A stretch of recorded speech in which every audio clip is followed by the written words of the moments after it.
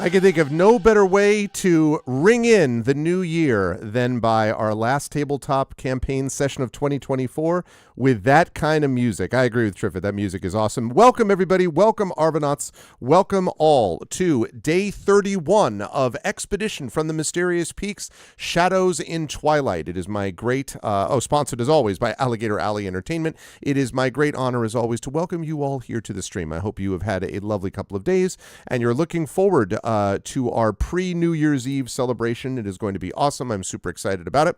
And before we go any further, just a couple of reminders about ways to support us here on the channel. If you have not done so already, please follow us here on the channel. Please check out our YouTube with the exclamation point ARVTube. And if you are watching me over on YouTube, please subscribe to us there. We are at a new record high of subscribers. So every new subscription is a new record. It's free for you to subscribe over on YouTube, but it really does help us out. So please think about doing that. You can get more access and notifications of content when it's posted and all that kind of good stuff. We are trying to get to 1,100 subscribers. We're very close. I mean, we're only about, 11, 12, 13, something like that away. So please do join us over there on YouTube. And thank you for those of you who have done so already. Discord is exclamation point ARVCorb. You can hang out with the Arvanauts in between streams. Please join us there. Please also follow us on Twitter, exclamation point ARVTweets. And in particular, please follow us on Blue Sky, exclamation point ARVSky, which is really the social media presence that I'm going to be focusing most of my attention on, except for Twitch, obviously, but that's a little bit of a different scenario. With going forward, Blue Sky now, so that's exclamation point ARVSky. Also check out the TikTok as well, exclamation point ARVSky. Website for this, of course, arvaneleron.com, and while you're there, check out Hearthglow, which is our podcast that we do here on, that is a limited release edition. We've got one session coming up in January. We'll have another session in February, and it looks like our finale will be in March, and I've got some special plans planned for March. It's going to be a really great spring semester. I can't wait. But check it out over on the website, arvaneleron.com. Also, check out the Gen GM show, which I do with one Mr. Zach Clay, about whom more in a moment, about DM and GM tips. We're going to have our next long recording of Gen GMs coming up this Monday, and so that's going to get posted with a bunch of little clips and things like that going on over the next week. So I'm excited about that, and yes, please support us over there. On the financial front, exclamation point ARVTreon, that is the Patreon you see right below the right below the Twitch chat right there, and would love to see that number get back into triple digits. That really has been the financial backbone of the channel traditionally, so we'd love support over there. You can get cool stuff for yourself as well as cool stuff for the channel. You can also get inspirations to help our tabletop players, such as the crew playing tonight. You can also, of course, support them by subscribing to the channel. That gets you those custom sub badges and emotes that you can use here, there, and everywhere across Twitch, and can also, again, if you support at a high enough tier, get those inspirations too. And while I'm on the subject, don't forget that if you cheer, officially Twitch cheer, that cheer is going to be put together, collated, and then sent to the amazing folks here as part of Expedition from the Mysterious Peaks. So those cheer bits will support the players, and if you like and you are appreciative of what they're doing, it would certainly be lovely to send something their way with those cheers. We would appreciate that very much. On the publishing front, exclamation point Icarus is my graphic novel from the amazing Athos Arts. Exclamation point Library is my Tales and Tomes from the Forbidden Library. That's my 5e adventure and source book from Alligator Alley Entertainment, the sponsor of this campaign. And of course, exclamation point Greyshade, that is my Greyshade, Renegade, and Heretic books, the Grey Assassin trilogy from Athos Arts. You can get that at that link. You can get the audiobook of Greyshade from our very own Trent Sparks at that link, and you can pre-order the tabletop role-playing game of Greyshade from our very own Brandon O'Brien, The Rising Tides, and the aforementioned Alligator Alley Entertainment, which will be out next year. So please do pre-order. That really helps us out a lot. And last but certainly not least, if you have not already done so, exclamation point BLM, Black Lives Matter, important to affirm and assert the significance and importance of Black lives. Exclamation point Help Now, the World Health Organization page on suicide prevention, important to reach out to others when you need help and reach out to others when they need help as well. And exclamation point Ukraine, UKRAINE, to help the people of Ukraine as they fight back against an illegal and illegitimate war with bravery and courage, and send the message that we will do so for others in that situation in the future. Quick note on schedule, we will be sorry, just making one note. We are going to be back with one more stream on this channel on Tuesday, and that is going to be our Game of the Year show. Very excited for that. I'm going to be ranking, and in fact, tomorrow I'm going to be sitting down and figuring out what those games are going to be for the Game of the Year show. I'm going to be ranking all the games that I played this year and streamed as well, and I'm going to go through them from lowest to highest, leading to the coveted Arvin Eleron Top Game of the Year award. So I'm going to be doing that, and then we will also, once that show is done, I'll be over on GOG.com's Twitch channel for Pen and Pixels. Yes, Game of the Year is going to be daytime. That's right, Emily. It will be at noon Eastern for a change. Usually it's in the nighttime, but this one is going to be at noon Eastern. And then I'm going to be over at GOG.com's Twitch channel at 4 p.m. Eastern with the final stream of the year from me, and that will be a stream of Songs of Conquest as we are closing in at the end of that game. Very excited for all of the games that we've got coming up in the new year. And don't forget on Thursday, even though it's going to be next year, Thursday we will have more Beyond Shadowgate, and that is going to be including an interview with the amazing Christian Mosley, who is the lead writer and one of the developers and producer of Beyond Shadowgate. I'm going to be literally interviewing and chatting with him on stream, which is going to be awesome. So, and obviously we're going to be playing more of the game as we move forward towards the end game of that. So please join us for that. It's going to be awesome. Otherwise, hello to everyone. And now I am going to unmute myself and apologize to anyone that I interrupted because I couldn't hear them. And then I'm going to unmute them. And then last but certainly not least, I am going to head over to reveal to you the incredible crew. They are here. They are ready to go. They are looking pleased and happy and ready for the new year and for battling back against evil, psychically controlling creatures. I'm sure that they've got all that handled. It's good to see you all, crew. Thank you all so much for being here. And I will begin at the top left and say hello to Rhiannon. Hello, Rhiannon. How are you? How's life in the universe in your neck of the woods? And can you tell us who you're playing this evening, please? I'm good. Today I survived IKEA. Oh, well, I got in, got out. Only yeah, that's only bought like a couple extra things, so they all fit in one bag. It's great. Yeah, vaguely. What is it? Is it Swedish or Norway? Swedish. I forget what. Yeah, vaguely Swedish names. Like Yep. Yes, yeah, Bjorn Bjornsson, the bookshelf and all. I bought 3 Smackledorfs. And Yep. And I'm playing Sataria Verban. Yes, and half elf Divine Soul sorcerer. Yes, that's what I was going to ask. Give me some healing. Yeah, and like as I was prepping for this, I was watching over some of the last session and like brought the healing with some mega crit heals at the right times too. So very excited to see what Sataria gets up to. Always a pleasure to have Rhiannon with us. Also, always a pleasure. I'll work horizontally this time to have Toya Kristen Finley with us as always. Toya, it's good to see you. I know that the football season has not gone as well as you might have hoped, but A, there's always next year, and yes. B, you know, in every other respect, you continue to be amused by things going on around football. Yes, and you told me about the most important Pop-Tart Bowl, which I didn't know about before, so that was great. How are you otherwise, and who are you playing today? Great. I am, I've got 2 episodes left of Squid Game 2. I just finished. Didn't that just drop? Yes, it dropped on the 26th. Wow. Yeah. That's commitment. They did pretty well. For me, what's interesting is how do you build upon a show that had a major reveal and you already know a lot about kind of the world. Yeah. Once you're like, oh, that's what that's about. Yeah. I hear you. But I think what they've done is really, really smart. Just how they get us back into the world and the major players and all of that. It's very, very good. I will be playing Nals Darkly, also known as Nalik, who is a human bard. Very awesome. Excited to hear and see what Nals gets up to in this stream. Always a pleasure to have Toya with us. Also, always a pleasure moving down diagonally to my left to have LaShawn M. Wannick with us again. We were talking, LaShawn, about your hat. So for the fans, could you explain again about the hat and such, what it is and all that, and who are you playing this evening? Yes, I have a Totoro hat that I knitted myself. So you can see the Totoros. They go around, and above them are the suit sprites. So I think I knitted this back in the 2010s. Wow. And I knitted it and I wore it for a while, and then I threw it into a box of winter stuff and completely forgot about it until like last week when I was going through looking for gloves and came across the hat, and I was like, oh, my Totoro hat. So I've been wearing it ever since. That's awesome. Super, super cool. Who are you playing tonight, LaShawn?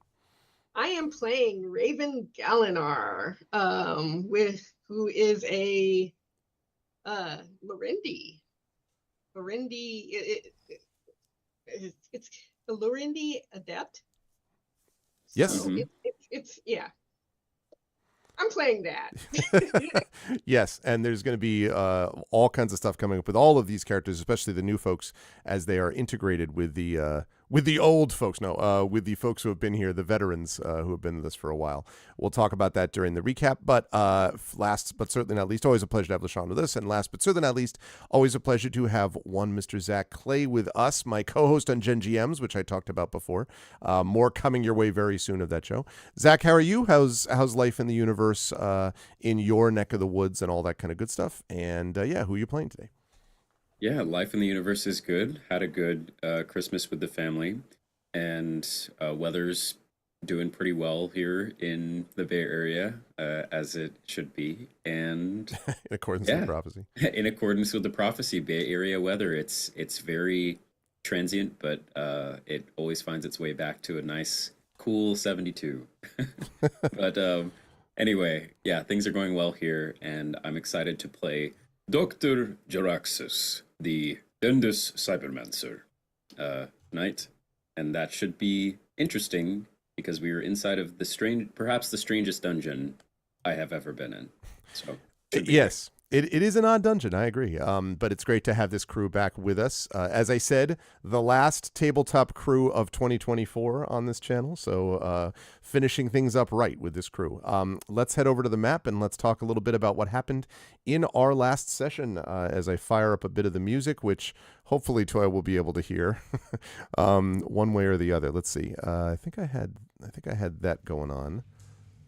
Okay, can you hear that by chance, Toya? No, but I'm guessing it's because I don't have any audio sources chosen. And I think what I heard earlier was I had your Twitch stream up. Oh, that's probably what it was. That probably was what it was. Okay. I can hear. I'm glad. Okay, good. I was going to say, I'm glad somebody can.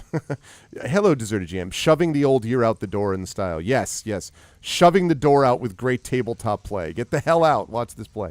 All right. Well, let's talk about what happened in our last session. In our last session, we met two new characters. Some strange rift in space and time removed two of the previous characters that we had to places unknown, Titus Littlefoot and Fob. And coming in from places unknown, although we then heard about those places, one from space and time, and that was, of course, as we said, Raven Galinar, a Lorendi being brought somewhere from space, and being brought from elsewhere on the planet, actually, Sataria Verban, was brought to this strange place. In both cases, there was a strange dreamlike experience during those vignettes that was reflected with both of them. In both of those cases, neither one knew why they were brought to this place at this moment, but there seems to be some strange connection with this crew, the ones that are here, Dr. Jaraxxus and Nulls Darkly, and when they arrived, they had the most clear and obvious danger that one has to associate themselves with, which is a massive water elemental that wants to destroy everybody, and that tends to focus the mind a little bit. And so they did manage to work together successfully, although Raven was not 100% sure whether to believe that everyone was who they said they were, since Raven just showed up here, and this was all very strange. But they did work together. They did defeat the water elemental. They did manage to heal, especially Gamork, who had spent much of that session getting slammed into by waves of water. And they then had this other problem to deal with, which is, first of all, why were they all here? But also, more notably, how are they going to get out of this place? Because the reason that Knowles and Dr. Jaraxxus came down here originally was to deal with this strange psychic creature known only as Fizelkis. Apparently, Fizelkis was one of a race of beings that has been falsely telling or falsely manipulating the Twilight elves, who are residents of the underground city of Celis, that they are the elders that the Twilight elves were separated from during the great cataclysm that shook this planet many hundreds of years ago. The Twilight elves believed that these were the elders that were going to connect them back to the world from which they came, and it turns out not so much. This has profound implications, obviously, not just for this situation here, but what happens when the people of Celis find out that the reason that the creatures they've been talking to have not been some elder gods, but in fact have been elder evil creatures that have been trying to pull them beyond the veil. So that's going to be a really fun, I can't wait for that metaphysical reaction. But in the meantime, the party has more immediate concerns, and that is dealing with rescuing the people that they came down here to rescue, those who have been stolen from Celis, and in doing so, hopefully gain the trust and respect of the people of Celis so that they can get the real problem solved, which is how do they find the source of energy, which Dr. Jaraxxus originally discovered, that brought he and Titus down here, and from Null's point of view, why exactly it is that the Primarch and a bunch of people up top want to kill them, and why have they lost their mind, apparently, and sent these cultists around the planet to start taking over. So the party's got problems, is what I'm saying, and the crew has got to deal with it. And so I'm going to hand these things back over to the party with just one note before I do that, and that is just as a quick description of these two rooms that you find yourselves in, particularly for Sataria and Raven's benefit, since you just showed up here. So the room that you're in right now has these decorative arches that run along the chamber's vaulted ceiling, and there are glowing runes and markings that line various sections of the walls, casting an eerie glow about the area. There are some remnants of what look like maybe stone furnishings, chairs and tables and stuff like that are scattered about the floor, and also the sound of slow dripping water echoing from the north wall. But you all know what that is, because that was the place from which the elemental was that you just destroyed. The other room that I want to note is right to the west of where you are is that long hallway that has a number 2 on it. Never mind the number 2, that doesn't exist in reality, okay? But there are rows of square indentations along the western wall of that room that are appearing every feet between lines of glowing script. And there is a large faded mirror mounted to a bronze frame hanging on the east wall. Now, Jaraxxus and Knowles, along with Titus and Fob, previously investigated that room a little bit, but they didn't finish their investigation before they decided to come into this room, and you all know what happened there. So there's that thing to deal with. But of course, Satari and Raven, you have so far been in a grand total of 2 of these rooms so far, and so you may have more that you wish to explore down here as well. The last thing I'll say is that right at the end of our last session, I mentioned that the doors here, and here, which had been kind of going whoopsh, whoopsh, like opening and closing erratically, have now opened fully. And from somewhere to the southwest, you don't know exactly where, there is the echoing sound of a beep, beep, beep. So, with that said, I will hand things back over to the party. What would you like to do? Easy situation, guys. Of course, all of those individual elements he's described, I know exactly what we need to do. Yeah, it says right here in the Esper Genesis Mysterious Peaks guidebook, indentations in the wall, mysterious beeping sound coming from the southwest, water elemental. Yeah, we got this. No, I have no idea. And the beeping started as soon as the elemental was defeated, right? Not just as soon, but I would say a few minutes afterwards, not immediately. But I will say it corresponded exactly with when the doors opened fully. So they opened fully, and then that beep started to sound. Is this a door down here as well? That is, if you go down to that side, you can see what looks like.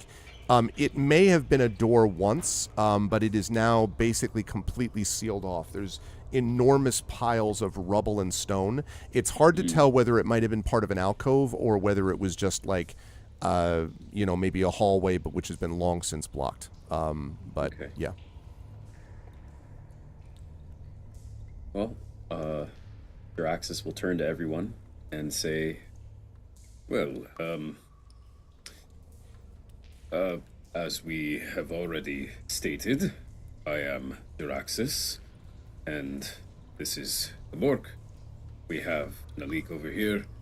We are missing 2 of our friends, Bob and Titus. We don't know what happened to them, and the 2 of them, well, 2 of you, showed up at the same time. We are underneath a elven city, trying to stop a strange demonic being from manipulating them. So, usual adventure things. Anyway, I suppose if you're trying to get back to where you came from, then you see Jaraxxus will actually exit back out to the hallway, and in between the incredibly loud beeping noise, will point to the north. Beep. Point to the north at the number 3 and say, the number 3 that isn't there, and say, if you wish to leave, that's the way out, though I can't guarantee your safety without the 2 of us. Well, I was supposed to be working on my senior project, and now I'm starting to wonder if this is supposed to be a continuation of it somehow. I mean, I don't know who would have done that, but I'm thinking this is some kind of test, clearly. So I can't just leave. Is your character saying that, or is that your Yeah. internal? Oh, okay. I'll turn to Nalik and say, the test. You are a student of some sort. I wrote it down. At the Astrofall Academy. Oh, I don't Right. think anybody at Astrofall has that kind of sense of humor. I mean, have you been there before, Nalik? I'm very well aware of it. Hmm.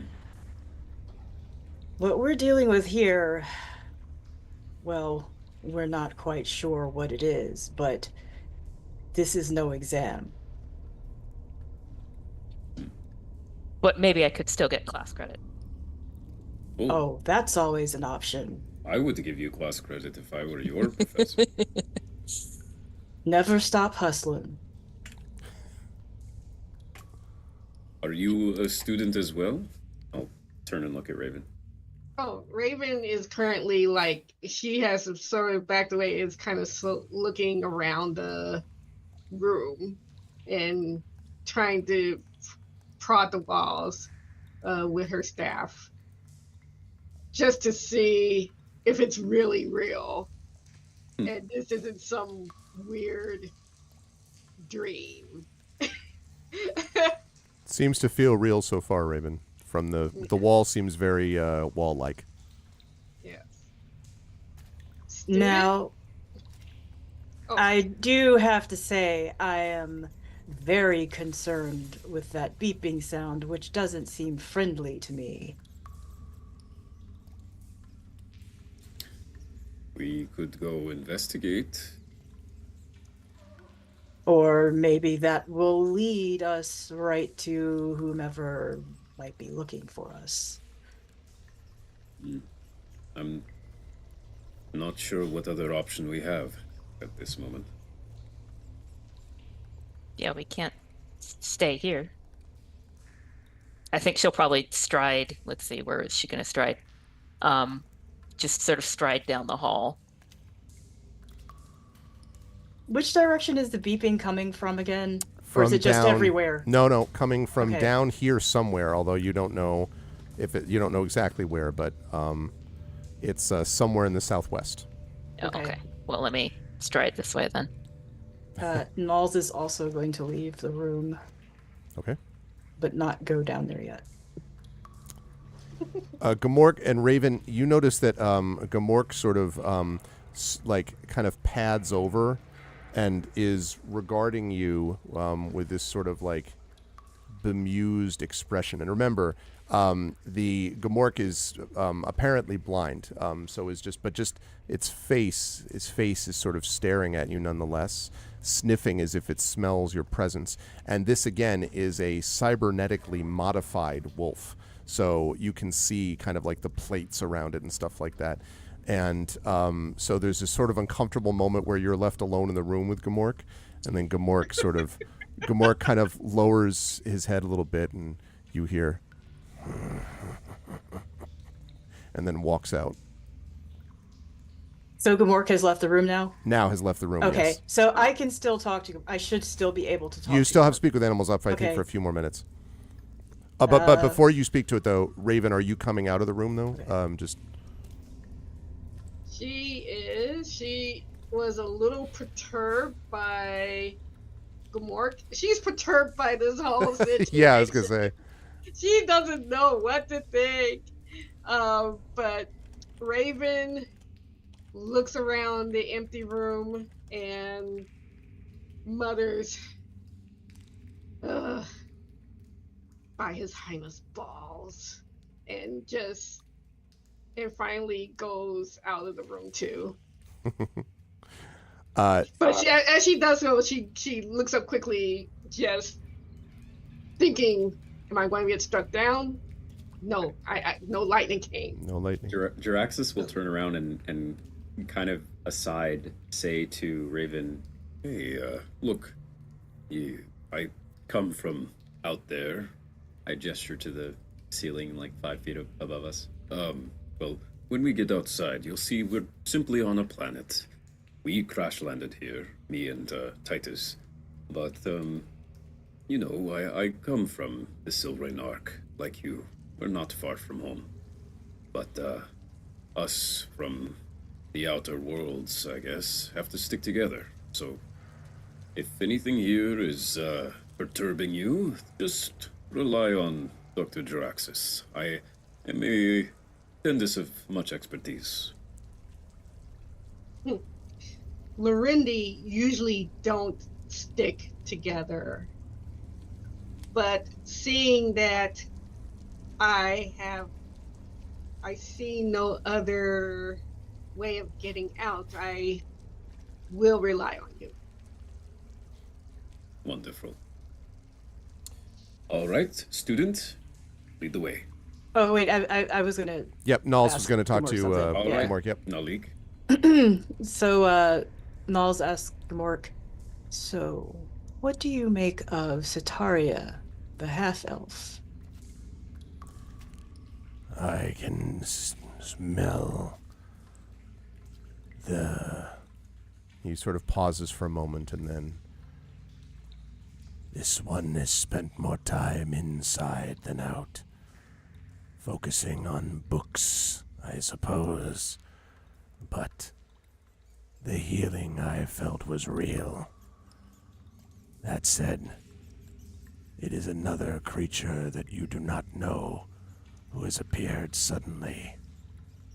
I have learned to be cautious around such things. Did you get a sense from either of them what they may have passed through? And Gamork sort of turns his head as if sort of like almost looking vaguely thoughtful, and then says, "There is a scent of passage. I do not know what it means, but the scent lingers. They were brought through it forcibly." And sort of trails off. Maybe, Nels, you might know this because you've spent so much time talking to Gamork over the last few weeks. Maybe, or last couple weeks. Troubled, which is not something Gamork usually feels. At least, not the way that he expresses. It's generally some version of anger. But Gamork seems a little troubled by this. Sitaria, Raven, you suddenly appeared.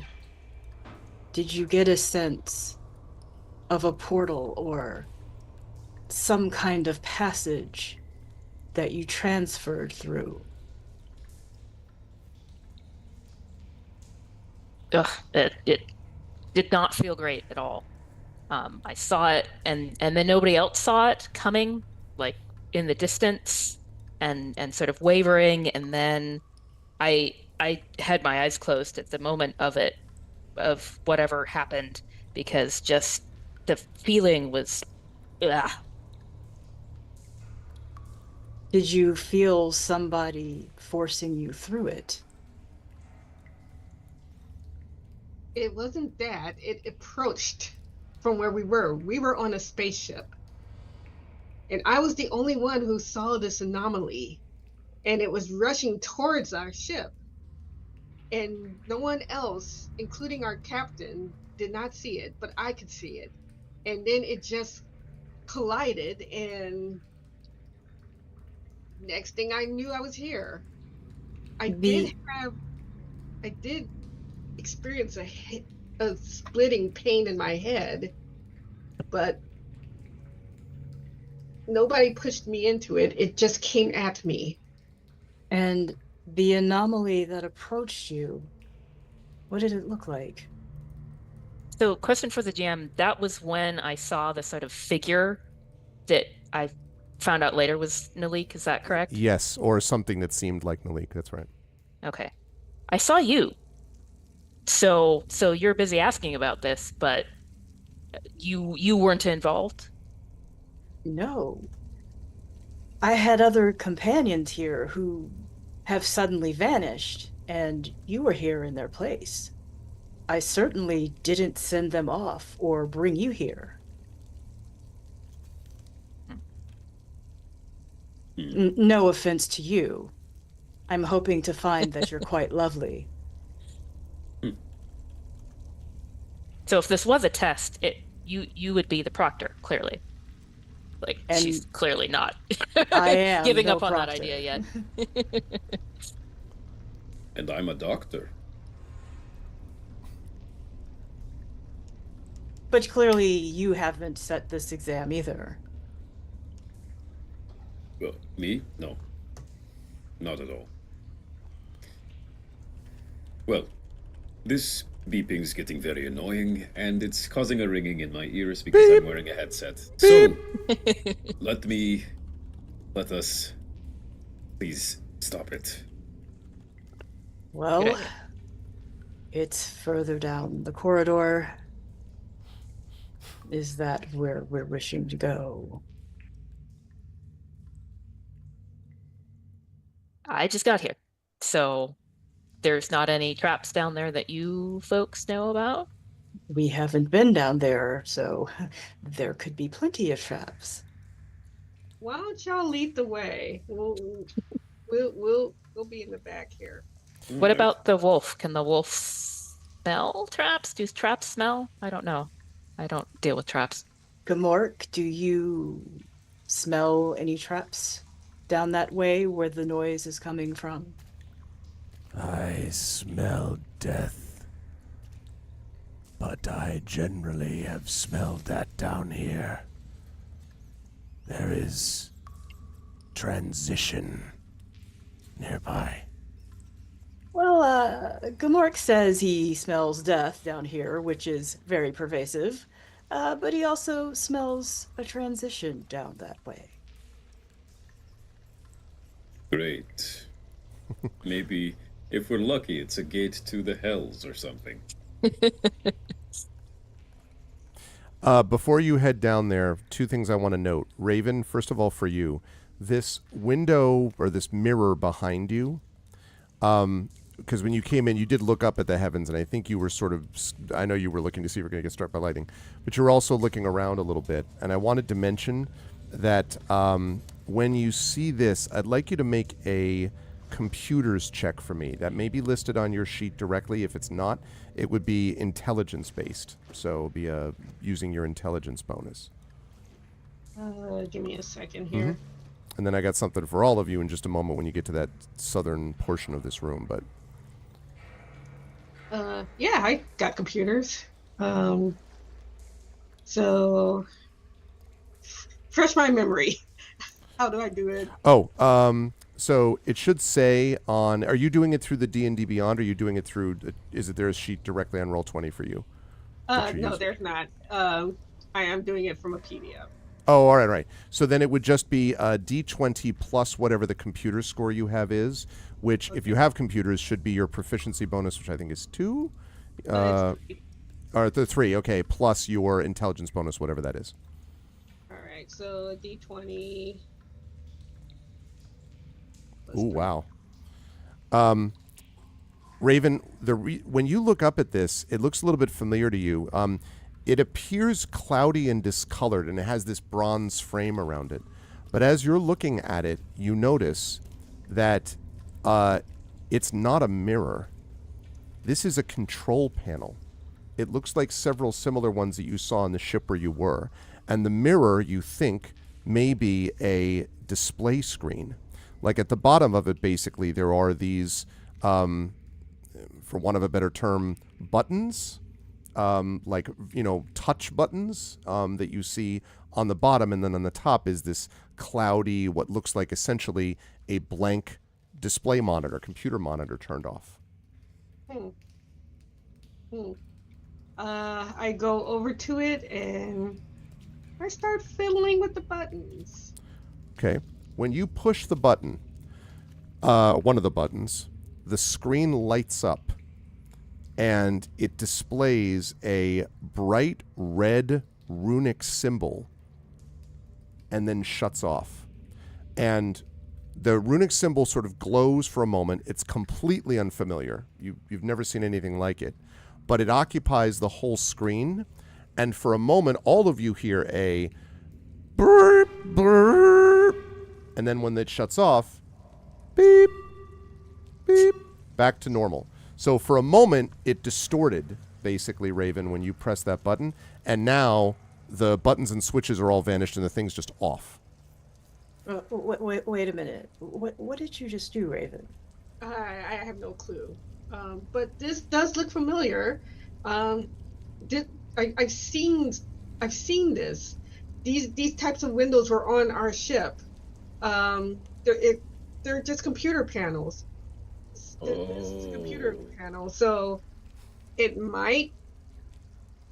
I don't know if it's wired into the place here, but it's possible we may be able to shut the beeping off from here, but I'm not entirely sure. I understood most of those words. The most important to me was be able to shut off the noise from here.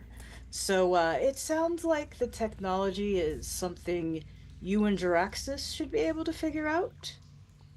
Of course. I was going to say, we already messed with the mirror, but you got it to do something, so well done. Hey, Sataria, what's your passive perception? Let me have a look.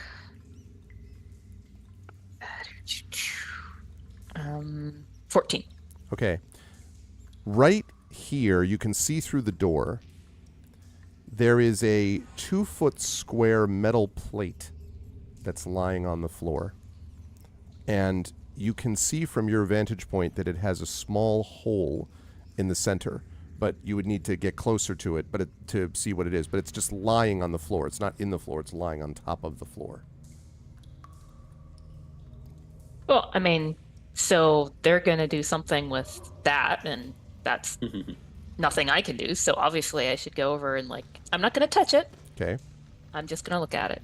I'm going to tell you what you see, and then Jaraxis, I assume you're heading up to help with Raven. I'll ask Nulls what Nulls is doing in just a second. But, so, Sataria, when you go down to look at it, you can see that it is, as I say, 2-foot square, so good size, small hole in the center, but there are these line patterns branching out from the central hole along the surface. And it's very weird. They're like these sort of strange, almost angled lines that sort of trace out almost a map-like path, as if you were looking at roads or routes on a map, let's say, to the edges of the plate. And there are multiple patterns of that from the central hole all the way to the edges of the plate.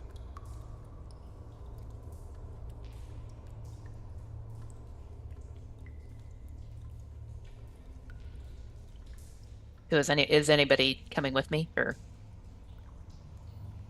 That's up to Nulls Nulls. is going to observe for now. Okay. What Sataria is doing and also what Raven is doing, and I'm assuming Jaraxxus is going to be joining Raven at the control panel. Yeah, Um, Raven's going to continue fiddling with the panel. Okay. So Nulls is going to try to stay between both. Gotcha. mhm. All right, so then Nulls isn't going to be able to see a whole lot about the plate because unless Sataria brings it to her, because Sataria's in front of it. So that would be up to what Sataria wants to do. Just before Sataria tells me what you want to do, Jaraxxus, are you going up to the Well, mirror thing? What I think actually is when we first entered this hall, Yeah. we had previously investigated this mirror already, and the beeping is still happening. So I think Jaraxxus is convinced that the way to stop the beeping is by advancing through this place and not still lingering. So he's going to let Raven continue to get some headway on the mirror because she's gotten the furthest with it. So he's going to actually walk to just like go forward and see Sataria. Okay, so then Sataria, it's up to you. I mean, if you want to move aside to let Jaraxxus see it as well, you could do that. Or it's up to you. Wait, well, so she's gonna move around it to the side and sort of like crouch down so she can like point at it. Okay. And let me get the thing here. So she's gonna say, so this is some kind of map of where we are, maybe. So I don't know. I mean, there's no labels, so there's no like beeping is happening here. And so Yes. she's Oh, gonna no, like no. take her finger and sort of like trace one of what looks to her like a path through the dungeon. Okay. Okay, sounds good, Deserted. Thanks for stopping by. Jaraxxus, are you taking a look? Like, so you're walking Yeah, up to I'll close walk into this smaller chamber, and Jaraxxus will say, Ah, of course. We saw this when we first came in, actually. This, and he'll bend down and pick it up. Assuming, I'm not sure Sataria already did. Is it still on the ground? No, it's still Okay, on the yeah. ground. So I'll pick it up and hold it in my hand and say, this is at least what we believe to be, Titus and I, a circuit board of some sort. Not a map. Oh, Well, I guess it could be a map. It would get plugged into something, and maybe it gets plugged into something over there. and I point at the door that you're standing in front of. Can we see anything into room 4? Like, is the door partially transparent at all? Or? It has been now. It was not partially transparent. The reason that this is here is because there was a moment when the door was open. At the moment, it's closed. You don't know if it's locked yet. And this is, I think, what Fob actually saw in here. There is one other feature of room 2 that I did want to mention because I had brought it up before, but not for the new folks, which is that I mentioned that there are these square indentations along the wall. These are, you may remember, Jaraxxus, that you investigated this, I think, or looked at them. These are 2-foot square ports that have these metal rods inside and there's multiple of them, moving down every few feet between lines of glowing script. So there's an indentation, and then there's another indentation, and another indentation that are about 2 feet square on both sides of the room. So I did want to note that for the record for people. Raven, nothing that you're doing, by the way, seems to bring anything back at the moment. The whole thing is dark. Okay. At that point, I'm going to step away from the screen, and because I assume I broke it, and then wander over to see what other people are doing. Okay. So Satari is just standing in front of the door. So you haven't tried to go through it yet. You're just standing next to it on one side. well, this square, it's not a map, but it goes somewhere. You said it plugs in. What do you know what it plugs into? What does that look like? GM, is the circuit board roughly a size that could go into one of the indentations in the wall? Same size, 2 feet square. Maybe over there. Why don't you give it a try? And I'll hand you the circuit board saying class credit. Well, she did look sort of like annoyed earlier that she was wrong. So now she's like, haha, I'm getting better. So she's gonna go and whatever the first indentation that she arrives at back in that hallway, she will stick it in. When you do this, you suddenly hear a ting sound coming from the mirror. And the mirror, assuming that you look in the direction of the ting, you see a recording, or at least for the space folks, a digital recording for the fantasy folks, some weird projection or image you see on the screen begins to play. Now, at the moment, the only ones that can see it are Nulls, but Raven, you could, like, get back there quickly, and Sataria, you could take a few steps back if that's what you were doing, if you wish. Yep. I think they all assemble around the screen. This image, this moving image, shows a cylindrical object in the center of a room, and then there are pulsing red lights that mark 3 locations on the base of the cylindrical object, and then the recording ends. So you just see this image of this cylindrical object, and then these 3 pulsing red lights on the base, and then goes dark.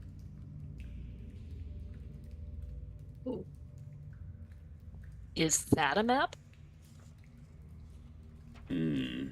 Did I recognize the cylinder? You did not. Okay.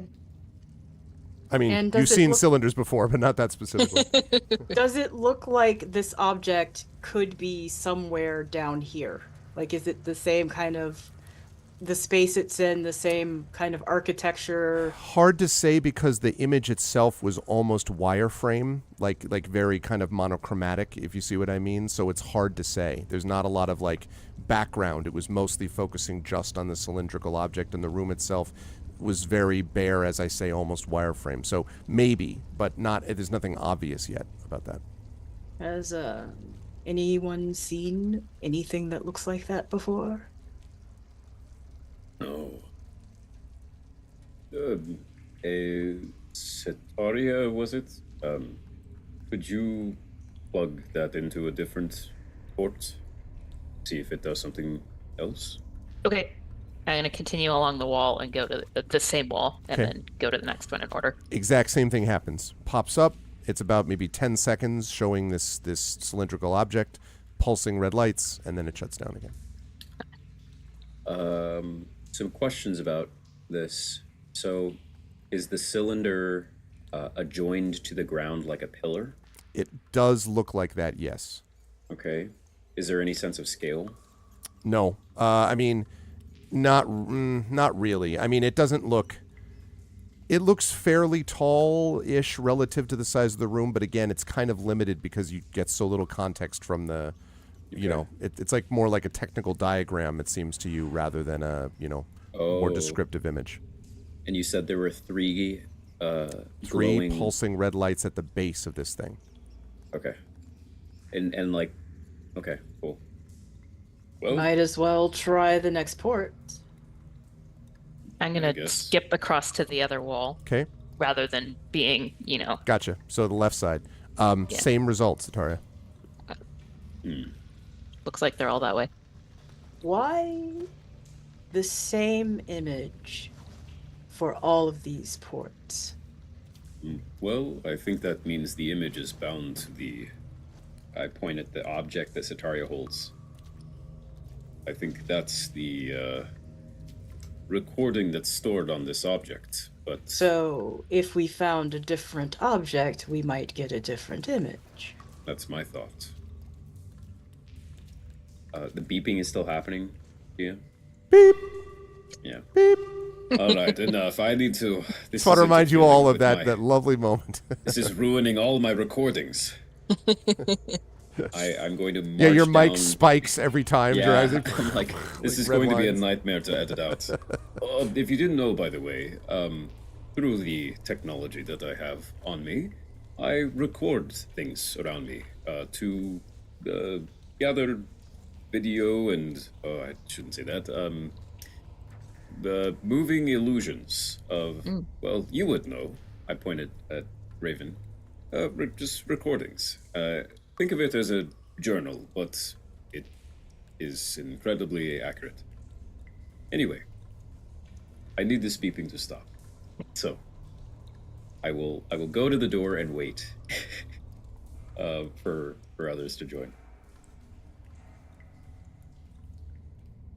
Well, I'll take Can I ask you something before we do anything else with that object you have? Can you let Gamork sniff it? She'll hold it out to the wolf. And so Gamork will sort of come up and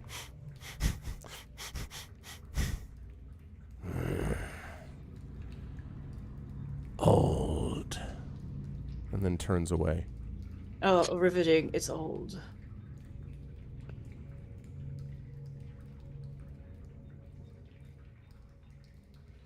Well, Satari is gonna like put it under her arm if nobody else is gonna take it from her. So Daraxis, Raven, do you know of any ancient technology like this from where you come from? The most similar thing is the, well, not a mirror, but a screen. But the symbols and the circuit board technology, it's different. Not surprising, though. Each planet is known to have a different level of technology. Different species have different inventions. So it's not unfamiliar, but not familiar either. Well, are there any other screens around this place? It's quite possible that we may be able to find another access point. Mm-hmm. We haven't seen any so far, but I guess keep an eye out. Now, shall we? I guess we shall. Okay, so you are walking in front of the door. I assume that means that you are going to... Are you planning on trying to open it? You haven't seen if it's locked or not. You're just standing in front of it so Yeah, far. Jaraxxus will attempt to open it. Okay. And it does, in fact, smoothly, at your touch, open. To reveal the following. Let me move that over there too. Okay. There are sets of decorative columns that decorate this grand chamber. And in the middle of the room, right here, is a 10-foot tall metallic cylinder, which is extending from a bronze-plated cube in the center of the floor. And the structure is mounted with metal rods and black rope-like coils. And there are carvings tracing down the cylinder's frame, illuminated with streams of red and purple light. And as you look at this, Jaraxxus, from the cylinder, you hear beep, beep. It appears that we have found your cursed beep.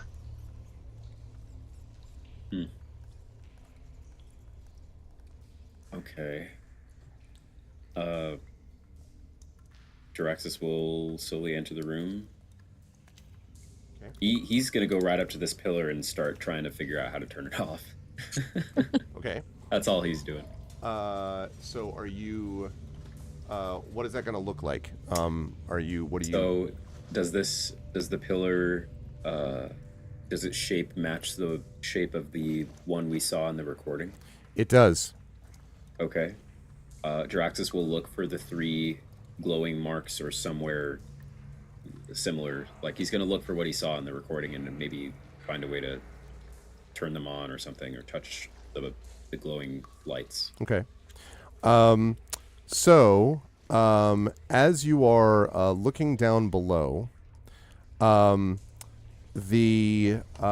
can see that as it's beeping, you do see 3 faint red lights sort of pulsing in the position that you saw them in. However, they all pulse at the same time, and then they pulse alternately, by which I mean, so at first it's all at once, and then it's ding, ding, ding, ding, ding, ding, ding, ding, like, they pulse 1, 2, 3, 1 from left to right, 1, 2, 3, 1, 2, 3, and they just keep doing that. As they do that, the beeps stop. And suddenly, you hear from... well, actually, I need to know where everybody else is, too. Because right now, you're all sitting in the room. So Well, where is I was everybody gonna else? follow. Okay, so you're right next. So, if you could move that there. Nulls and Raven. Gamork will probably be close to where you are, Null. So what are the rest of you doing? Oh, I probably would have wandered into the room with the others. Sounds good. Nulls, what about you? Yeah. So, like, sorry, Nulls, Raven in here, you mean? Yeah, I'm not in the room per se, but I'm like in the room behind, like. Gotcha. Okay. Before the court. Gotcha. Nulls, what about you? You're muted. You're muted. Sorry, I'm not going to go into the room, but I'm going to stand where I can see into it. Got it. So then both you and Raven see as well as hear this, because what you hear as those lights begin to pulse in the way I've described at the bottom of a pillar, and I have a picture for all of you. You will see this on the Twitch stream. Just a moment. Let me show you what it is that you see. Wow. All right, just a moment. It's Princess Peach. Whoa, what are you doing here, Princess Peach? Not exactly what I... No, not Princess Peach. Okay. It's hang on a second. Let me get it for you right here. John Cena. Yes. No, and his name is... Okay. There's my folder. I was like, where's my folder? Right. Coming from all around you, you hear this hissing. And you look around to see this, which you will see on Twitch. Shadowy, red-eyed figures float in from all sides around you. Wow. As you are standing next to this 10-foot tall cylinder. And that seems like an appropriate time to roll initiative, please. Oh my god. All right, hang on a second. Okay. There we go. All right, let me get some actual combat music here. Here we go, folks. Out of the water elemental room and into the shades. Into the shades. And what do they are? Okay. It's time to throw some shade.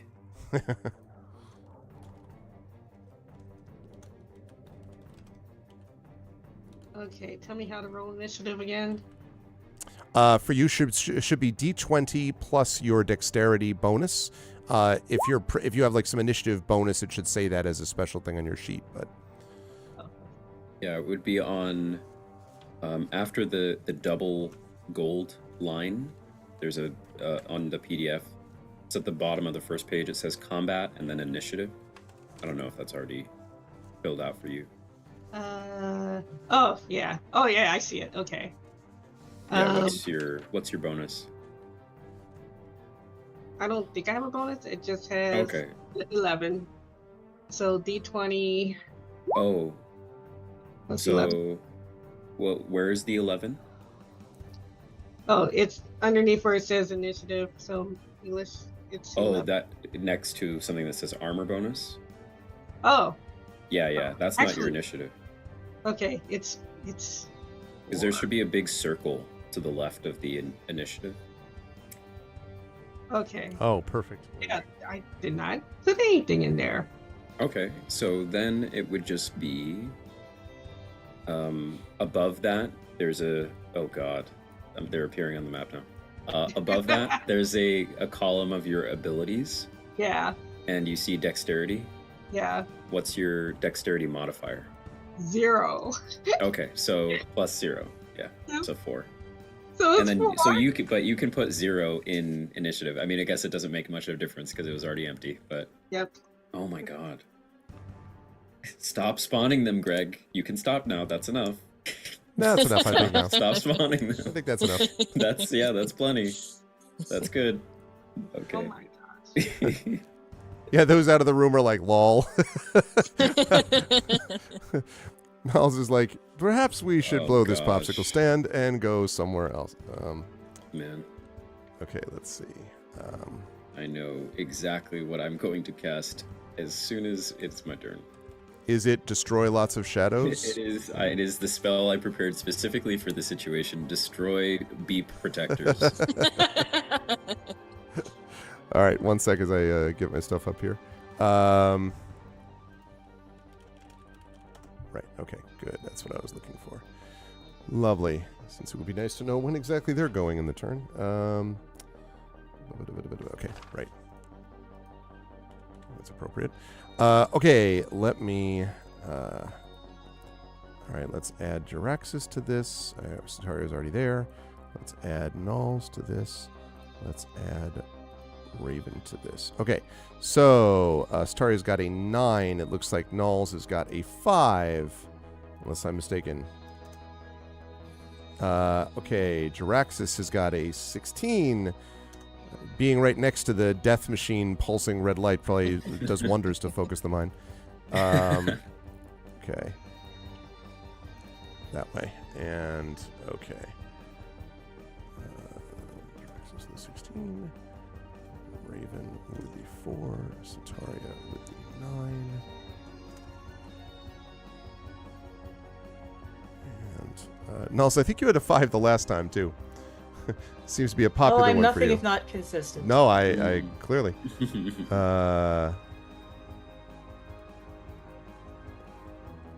Okay. So, that means that we've got that there. And these there.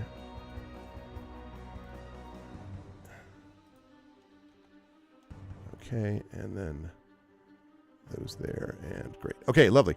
All right, so the first to act, actually, believe it or not, is Gamork. That's and consistent too. yeah. And so I will now move these shadows to a dramatic spot so that the chat can actually see what's going on.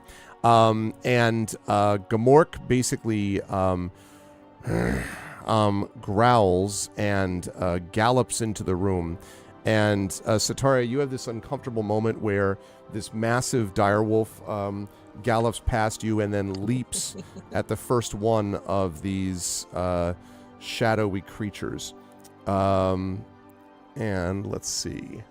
He's going to attempt to attack. Oh, that's pretty good. Let's see. All right. And is going to strike at that. Yep, that works. Is going to strike at that and do apparently some damage to it. You hear this hissing sound as his bite arrives. Okay, and Gamork went, which leads us now to Dr. Jiraxis. What would you like to do? You're right by the cylinder, of course, and these creatures are around you. Okay. Can I discern? Do these look like the things that the priestess summoned, or that? Oh God. When we it's been a while. When we were at the garden, the Dew Dream garden thing. Mm-hmm. Oh yeah, Ostrika, right? Yes. She had some like shadow magic-y kind of stuff. Does Yes, this they do. seem sort of okay? They do, although but those creatures looked vaguely elf-like in their features, you might remember, albeit still shadowy. These Okay. ones, though, are these sort of strange, almost angular, spiky-like shadow creatures. So they do look to be similar in composition, but not in shape. Great. Okay. Jaraxxus will pull back one side of pull back the lapel of his lab coat and press a compressed button on his chest. Okay. And 3 other Jaraxxuses appear next to him, and they all simultaneously say, "You're not the only one with friends, including the ones I already had, but now there's more of me." And I'm casting Clone Pack, which is essentially mirror image. Okay. So that says it's on 221, which is over here. So basically, if they're to attack me, there's a chance that they end up attacking one of my holographic duplicates. Gotcha. Okay. And that's my action. My bonus will be being scared, and that's my turn. All right. The bad guys go. So they will start this one that Gamork attacked, will attack it back. Attack him back. And let's see. That will hit. Okay. It hits, and you hear this sort of... I would say that Sataria, Nulls might be able to see this. Certainly Jaraxxus and Sataria can. Where the creature sort of with a shadowy claw, like rakes out and rakes across Gamork's fur, you hear this terrible hissing sound, and there is the sound of what almost looks like burning, and what's left behind is not bleeding wounds, but almost as if these things have been instantly cauterized. This blackened, darkened, cauterized cut across Gamork's fur, and Gamork kind of growls and sort of turns his head back and forth, and it paws at the spot where he was just hit. So with that lovely image in mind, the second one's going to come up at Dr. Jaraxxus, which means that we're looking at disadvantage on mirror image, I believe. So it says... For Clone Pack? Each time a creature targets you with an attack, I roll a d20 to determine whether it hits me or the duplicate. Okay, so let's do that. If they're attacking me, Yep. I have to roll a d20, which I will do right now. So it says... If you have 3 duplicates, you must roll a 6 or higher to change the attack's target to a duplicate. So it is attacking a duplicate. All right. On 11. It is going to hit that duplicate, I think, with a 23. Certainly. 22, sorry, 22. But It still. certainly will. Yeah. Okay. Which just means the attack is wasted and that duplicate is destroyed. Okay. That's good because the second one comes up and is going to do the same thing. Great. I will roll again. Now you only have 3. Dear God. Or I only have 2 duplicates. Oh, right. Okay. If you have 2 duplicates, you must roll an 8 or higher. Okay. So I have done that. Destroyed. Okay, great. Wait, it has to hit it first. That's right. Wait a second. It has to roll to hit. My AC is no, only 11. No, that misses though. So Okay, it is not destroyed. Great. Which is good because here comes this other one. All right. Go ahead and Glad see I if you can cast change the it. spell. Yeah, I was gonna say. Okay, that is a failure, which means it does hit me. Let's see if it does hit you. Yeah. That is an 11. 18. Yeah, that hits. Okay. All right, you are going to take a total of 12 points of necrotic damage. And as it hits you, you feel this burning, again, as I described it with Gamork, this sort of burning across your skin. There is no bleeding from it. It is as if it has become instantly burned, cauterized, or ancient and withered. Something like that. It is not pleasant. It's certainly not. Okay. Now, you'll be happy to know that the other 4 are going to pile on to, not you, but to Staria. So, who are right there. I actually think one of them is going to go towards Gamork. I think 3 are going to be on Sataria. So let me deal with the one that tries to attack. The second one on Gamork here. Well, she's casting shield as a reaction. Okay. Well, So I'll take care of that in a minute. The one on Gamork misses. Now we're going to get the one on you. Okay, so first one's going to attack you. You said shield is a reaction? Yeah. All right. So we're looking at a non-natural 20. Does that shield help? Not enough. Because if you're casting it as a reaction, isn't it a reaction to against the triggering attack?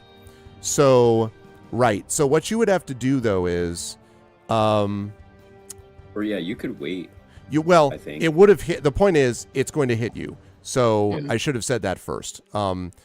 So I guess basically the question is, would you then apply the shield based on the hit? So I should have said that before I gave you the score. If you want to take that on and then use the shield, because you're going to get 3 of them attacking you. Total. Well, the shield lasts for a whole round. Oh, all right. So... Well, then that's true. So you might as well leave it up. Okay. What's your armor class normally, Sataria? 11, and it's so up to 16 God. with the. Don't squeeze your theater. Unfortunate. Okay. That, as I said, that is going to do 11 points of necrotic damage to you. Oh God. Same thing I described about the burning sensation.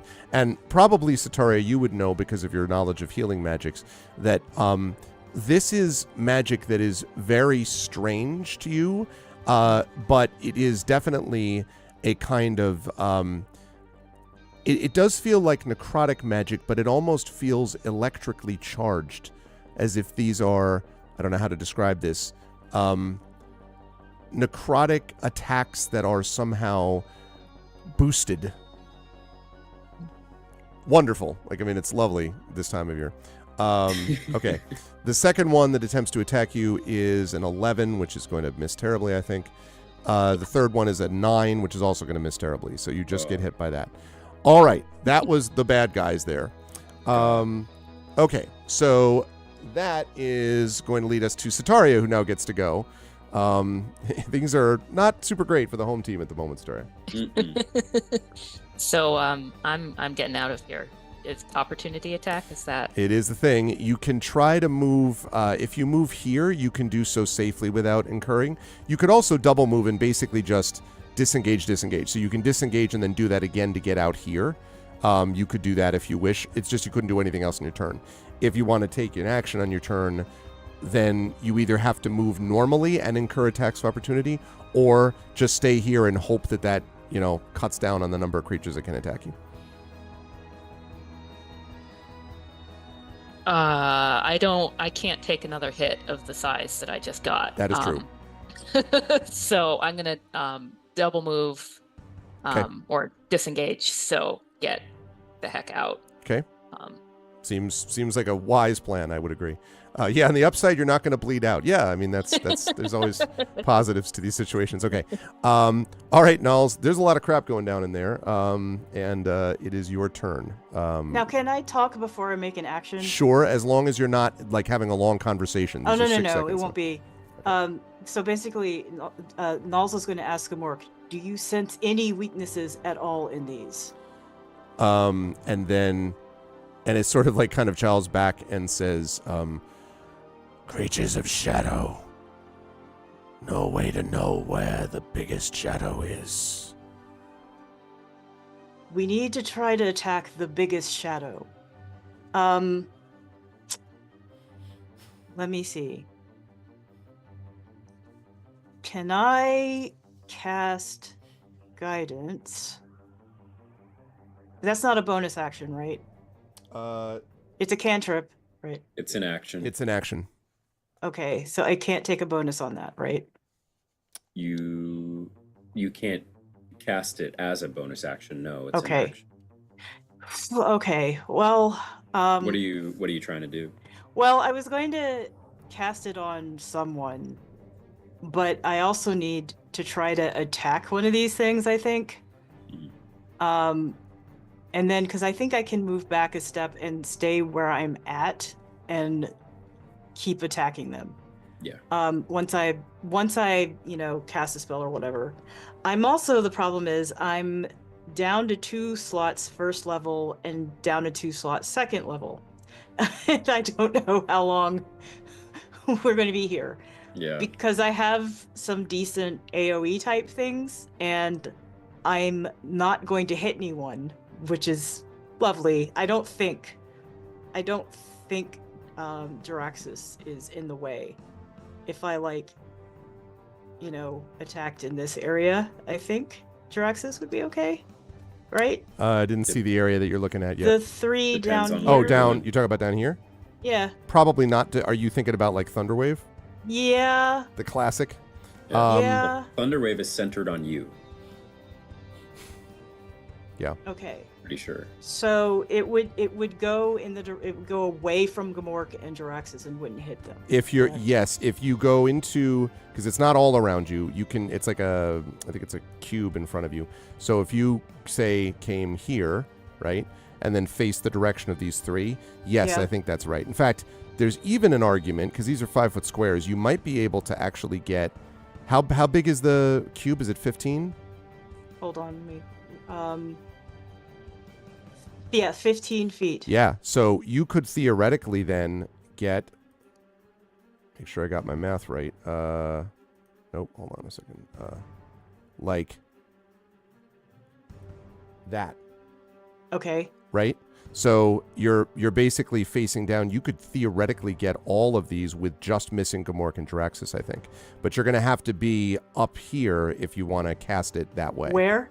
But can I move back after I cast it? Yes, you can. Yes. All right, that's what I'm going to do.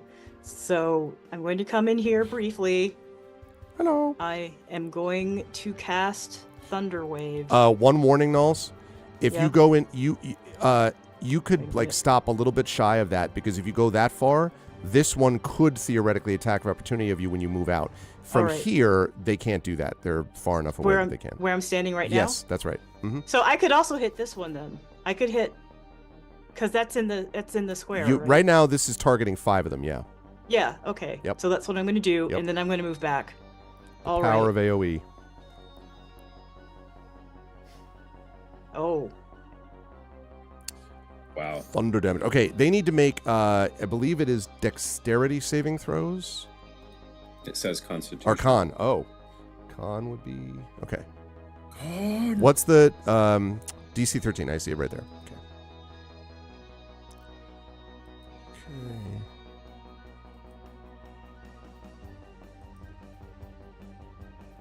Okay. All right. So this Now I'm moving one, back. this one, and this one all miss their saves. Mm. So 3 of them do. So they are going to take 15 damage. You'll be happy to know.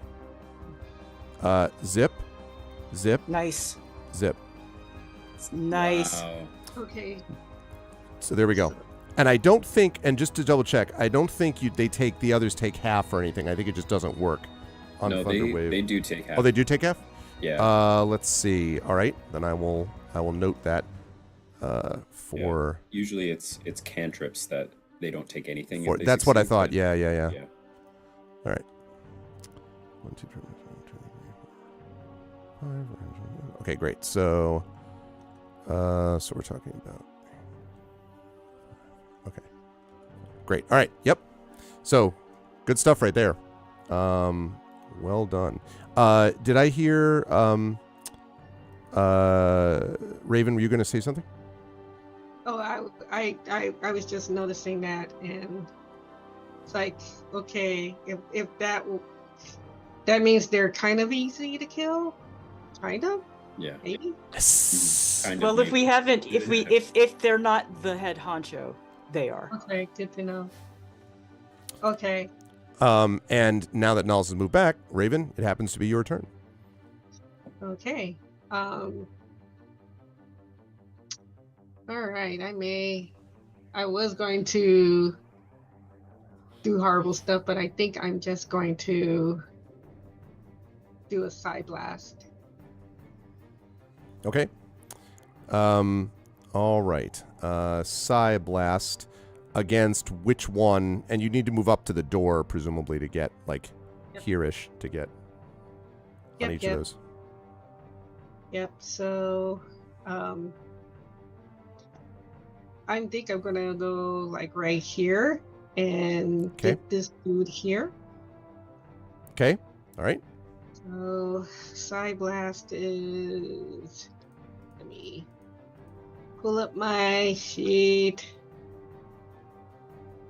Do.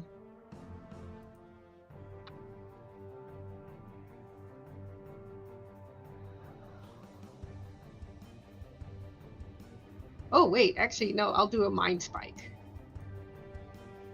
Okay. Can you tell me what that does? When you say Mind Spike.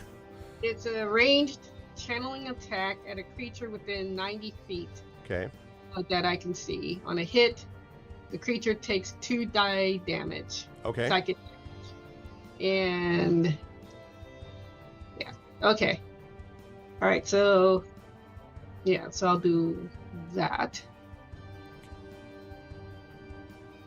Mind Spike. Is it? But it's plus something presumably. Probably. I'm guessing range channeling. So.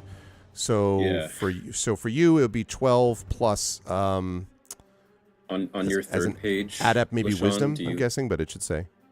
Do you have an Esper attack modifier on your third page? Yes. Plus. Let me see.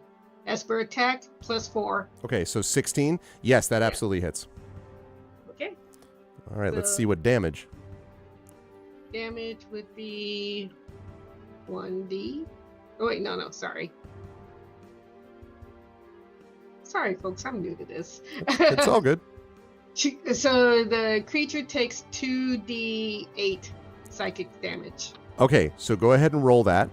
Your 2d8 damage. And they must succeed on a wisdom saving throw or their movement is reduced by half. Okay. So 2d damage. 7. Nice. Raven, when you hit it with this thing, the creature hisses and does nothing else. Your attack has 0 effect on it. Oh. Well, so much for that. I should have stuck with Apparently, mine. Psychic is not so good against this thing. Oh. Wow. Okay, well. You But for cannot mind spike something that which has no mind. Damn it. I should have Wow. knee spiked it. But yes. You gained Dang. information though, Raven. That was valuable information there. Okay. So, are you gonna? And you're staying where you are though, having moved up to the door. Okay. I'll stay fine. Okay. That's gonna bring us up to the top. Gamork is going to attack its creature again. Is going to hit again. Gamork is the MVW, most valuable wolf. All right. And is actually going to destroy this thing. Okay. So let's see. That's going to lead us to Jirax, and then is going to kind of move up here and growl menacingly at this one. Jiraxis, this is, you were up. There's 4 of these guys left now, for these creatures at the moment, and you're still standing in front of the pillar. You and your All right. mirrors. A target within range. All right. Oh boy. Well, I don't do so well in melee. But what do I have? I have a combat knife that could feasibly do 1 damage. Okay, I think that still damages them, so I would not mind it. I'm going to turn to, let's see, a target within, oh, that's still a ranged attack though. That's annoying. All right, I'm going to turn to one of the ones that was already damaged by Nalik's Thunderwave. Yep. So I'll kind of turn to the south, and I will, I suppose it doesn't matter which one, but we'll say the one that's right next to me. So I mean, one I right just want to here. point out, by the way, if you could still back up, I'm not telling you how to do it, but you could back up 5 feet if you want to disengage, and you Oh, do yeah, want to get a your- ranged the attack off. disengage rule. I'm just letting you know that you Sure. could do that if you want to. If you want Okay, to. yeah, they're just gonna probably come up to me again, but I'll use my movement to do that. Oh yeah, okay, cool. And then I'll do a sprite beam. I only mentioned it because you said you wanted to do something ranged, so I was letting you know you could do that okay, if you so wish. am I still threatened? No, by this diagonal. no, one? no. Okay, cool. So I will shoot this. Also, one. it's occupied by Gamork, so yes. Right. Okay, got it. I'll shoot this one with a sprite beam. Okay. And hope that I hit with a 20 total. That will hit for sure. Great. And that will deal 3 points. Gotta love rolling a single die with no modifier. 3 points of force damage. You'll be happy to know that that's enough. And also Yes. that they're not immune to force damage, apparently. Yeah. Cool. So it drops with a hiss. Or it dissipates with a hiss.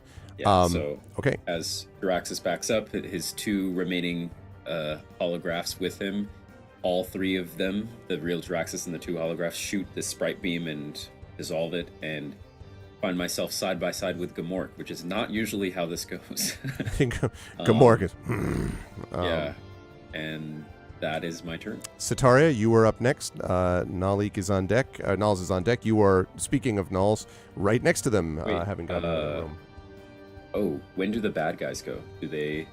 I thought they were right after me. Jurasis, sorry, what did I say, Sataria? Oh, I'm sorry, yes. Yep. Thank you for your honesty. I would have caught that, but I would have caught it after Sataria went. Okay. Okay. So, first of all, the one is going to attack Gamork. Is going to critically miss. This one is going to come up to Jaraxxus, is going to attempt to attack you, and you can do your thing of trying to reroute it. I think that is a fail. Just give me 1 second to verify. I must roll with 2 duplicates and 8 or higher, so it does hit me. How's a 15 to hit grab you? That does grab me. Okay. You are going to take 8 more points of damage, which I think puts you at 1. Actually, do you have your temp up? You had your temp up, right? I did. I had myself at full HP and 2 temp. Okay, that's right. That's what I had you at 2. So you should be now at 3, I think, and That's- temp yep. is gone. Okay. Yeah. The temp is Not much gone. better. Well, I mean, no, I mean it's too better. Yeah. Okay. There's that. And then this one is, I'm sorry to say, going to move up and attempt the same thing. Are you going to Okay. try to reroute? Of course. Okay. I think it's automatic, actually.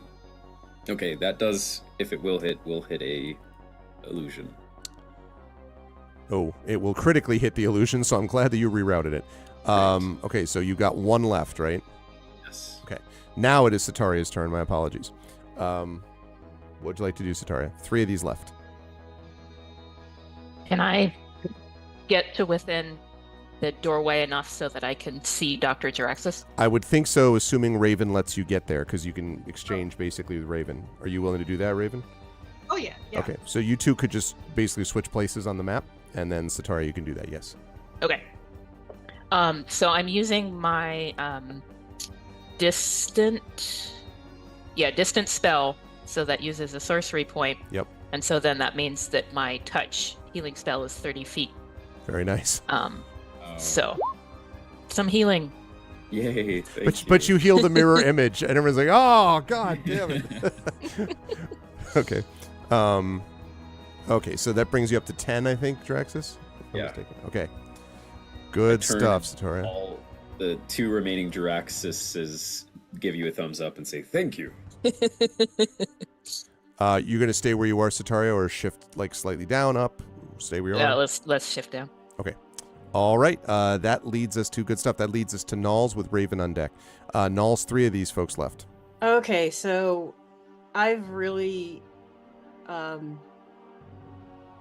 well, that's weird. I cast Thunderwave and it didn't take a slot. Huh. Yeah, Well- sometimes it doesn't automatically. Yeah, okay. So I have 1 second level spell left and 2 first levels left, and I feel like I need to hang on to those. Am I close enough to cast Thunderclap on one of these? Because I know Thunder works on them. You're 15 feet away from this one, so if it's within that, then yes, you could. No, it's 5. If it's going to be 5, then you're going to need to move up basically to here, Okay. almost within melee range. So I can move back though, correct? if you move to within 5 feet to do Thunderclap, if it doesn't kill it, moving away is going to provoke an attack of opportunity. Okay. But it might kill it, obviously, Well, because it was damaged by your earlier attack. so this one right here, right? Yeah. Okay. What I'm going to do then, I'm not going to come closer to it. I'm going to shoot my crossbow at it. Okay. Okay. I rarely do this. Let me do that. No. Okay, is that a 9? Yes. Unfortunately, that is not going to hit. Misses and hits against one of the pillars. Unfortunately, Knowles. Are you moving anywhere since you do still have that? I'll move back 1 space here. Okay. Raven, that leads us to you. 3 of these left. This one here damaged. Okay. Since the mind spike did not work, Right. we'll reach out and pull out my light pistol Aha. and move here. And I'm gonna shoot at this one. Okay. For piercing damage. So Okay. 1, 20. For sure. Except before you even get to the pluses, that'll hit. So let's see. So we're talking what kind of damage are we talking about with that? 1d6 piercing damage. Okay. So give me 1 second. Wow. Yeah. Now- And I think with you get to add your dexterity too. So Yeah, for the pistol. Yep. Oh, but your dex is. plus I 0. have no dexterity. Oh, well, so it's Okay. 6 then. All right. Now, this does hurt it because you see it sort of strike it, but I believe this is just mundane. It's non-magical in any way, right? This pistol, it's not charged with anything, so Nope. it does hurt it, but not as much as you might have expected. So it resisted it, but did not. But you did not destroy it. This was piercing damage, right? Yes. Okay, yeah. So it resisted it, but did get hurt by it. Okay. Okay, and then are you staying where you are in the door, Raven, for now? I'm actually going to move in. Okay. And whip out my energy staff. So. Okay. Uh, Energy staff is out. I love this. What does that look like? When do you do like the cool spin move with the staff? Like when it, what's it look like, Raven, when the staff comes out? it's like an iron. Well, it's like an iron rod that's about as long as me, but it has 2 let's say green bars of energy at the tips. I love it. Awesome. Okay. So in comes Raven looking awesome. Gamork, beginning of the next round, attacks, but this time misses, which leads us to Jaraxxus. So you've got a very hurt one to your south, Jaraxxus, and then 2 unhurt ones to your west. Okay. I will do another special disengage. Am I able to do it diagonally like this? Yes. 5 feet Okay. either way, so yes. I'll do that. And I will shoot a sprite beam at the one in front of Raven. Okay, go ahead and do it. 19. Yes, for sure. Roll high, please. Oh god, I shouldn't have said that. Is that 1 point of damage? 1 point of damage. You'll be happy to know that's enough. Yay. Just enough. Yay! Down he goes. Okay. Great. So 2 of them are left. One of them is attacking Gamork and is going to continue to do so. Is going to not hit with that one. This one is going to come up and attack Gamork. You'll be happy to know as well, Jaraxxus, which is the one that's right there, and is going to not hit that either. So that leads us to Sataria. Sataria, you are up. What would you like to do? Well, we were, Hey, Drew. pardon me, talking about saving spells. I'm got 1 left. I'm down to standing cantrips, but seems good to use them. So how bad is Dr. Jaraxxus looking now? I'm at 10 HP. We'll be fine. I'll be fine. We should, especially if we kill these things first. And I still have a clone. Yeah, do offense would be my vote. I mean, I'm not a very offense sort of character, but I could do Shield of Faith. And you got your clones. I could do Shield of Faith on Gamork since he's all up in there. Cool. So You don't have any damaging cantrips? I do. I was gonna save those till everything else was, but Oh, sure, Sacred Flame. That's Oh, Sacred Flame. All right, on which one? This one or that which one looks farther down? If either look that way. Those two have not been hit yet, so. Oh, okay. About Well, the I'll same. do the one that's south of Gamork. Okay. Let's see. What's the DC I'm looking for on that Sacred Flame? 14. 14. Okay. Unfortunately, he critically dodges out of the way. I'm sorry to say. Okay. So he does not get hit. But you are staying where you are, though, Sataria, I'm guessing. Yeah. So, Nulls, that's going to lead us to you with Raven on deck. What would you like to do, Nulls? Okay. How far can I move? Your speed should be like 25 to 30 feet, somewhere like that. So that would work out to a move could bring you all the way here, theoretically. Or actually, past them because they're occupied with Gamork. So you could get all the way to this cylinder thing, theoretically. Okay, and I could still make an attack if getting past them? Yes, I would say so, because they're focused on Gamork, yes. Um, Assuming Raven lets you pass, but I imagine that Raven will. yeah, No, I won't be within 5 feet if I do that, will I? No, the idea would be for you, if you wanted to be within 5 feet, you'd have to come here, which would still be fine. But also very dangerous. Well, you're in the danger business. No, I don't know. Yeah, I danger wonder. zone. I wonder if I should try a crossbow again. Like, could I go right here? I don't know if that's showing up. I don't see Right. anything. Okay, I'm clicking on a square and like nothing's happening apparently. If you hold it down, it should ping there. There. Yeah, there you go. Like, Yeah, you could go there. Sure. all right. I'm gonna go there. Going to try the crossbow again on this one. All right. Go ahead and do that.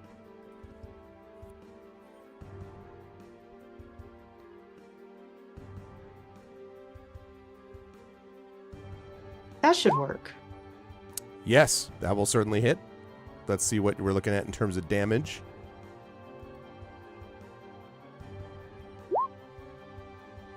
So 5 total piercing damage. Again, does not do, because this is just a normal crossbow, right? Normal light crossbow, not as not far magical. as I right. Is that right? Yes. Okay, so again, as was noticed before with Raven, it does hurt it, but not as much as you might have expected under normal circumstances. So seems to be somewhat resistant to that attack, but it is hurt by it. Okay, good stuff, Nulls. That leads us to Raven, who has got the energy staff out, and you could kind of get to either one of these that you wanted, Raven. This is the one that just got hurt. Okay. Then I'm gonna move close to it. Okay. And basically strike it with my staff. Strike it down with furious anger, for sure. Yes. So that will be bludgeoning. Give me 1 second.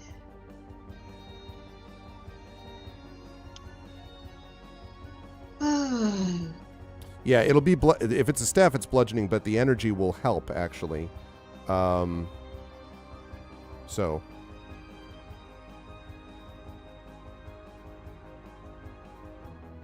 we're talking 17 plus strength, I would assume. So whatever your strength bonus would be. Wow, I have no strength bonus. Unless- so I must be really pissed. Yeah. But still, that's going to hit regardless before we even get there. So go ahead and roll your damage on that. Damage is 1d6. 3. 3. Okay. Yeah. So you do. Not much. Yeah, you do hurt it again. And this does not seem to resist whatever damage this time, so apparently the energy is doing some good. Okay, the Gamork is going to face it angrily and is going to attack and is going to hit this time. Ooh. And apparently took his... Wow, Gamork destroys this thing. Gamork is on fire. All right, not literally, but okay, Jaraxxus, there is one of these. There's one of these left in front of you. Great. Well, you know what I'm gonna do. Me and the other Dr. Draxus are gonna do a Dragon Ball Z kind of like fusion moment here, and we're gonna shoot a sprite beam. It's over 9,000. Let's hope that it is. Over 9,000. Yeah, there you go. That's a hit. Rolls are great. For sure. But my D10 luck. Okay, no, that's good. 7 force damage. Not bad.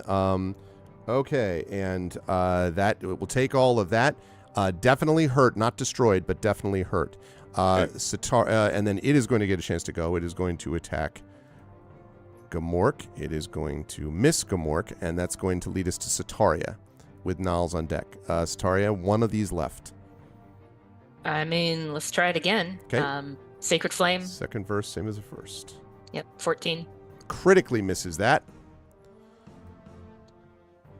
All right, where's there. Oop. Okay. So 4 radiant damage. yes. As this hits this thing, there gives a wail, and then a hiss, and it vanishes. Hey. And there is this moment of sort of silence where you're all sort of looking at each other, and then rumbling, you hear the beeping sound that I mentioned had stopped. And then, and probably the best way to describe this is, let me turn off the combat music for a second. Rising up from the top of the cylinder and then floating down slowly to the ground, you see a figure from a nightmare. Let me show you exactly what I mean. What? Oh no. It is. I will be showing you on. Gamork was talking about. Oh, great. All right, this I will show you on stream in just a moment. It is a creature that looks, on the one hand, shadowy like the others, but on the other, terrifyingly real. It is a shadow figure with purple that coats its outside, a shadowy form that is wrapped in dark metal armor that warps and writhes as it moves. And as it touches the ground and looks at you balefully, you suddenly hear in your mind this shrieking sound. I need all of you to make a wisdom saving throw for me, please.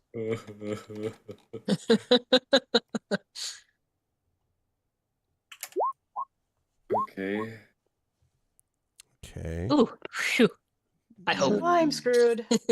Okay, Jaraxxus with a 15, Sataria with a 19, Nulls with a 3. I'll come to you in a minute.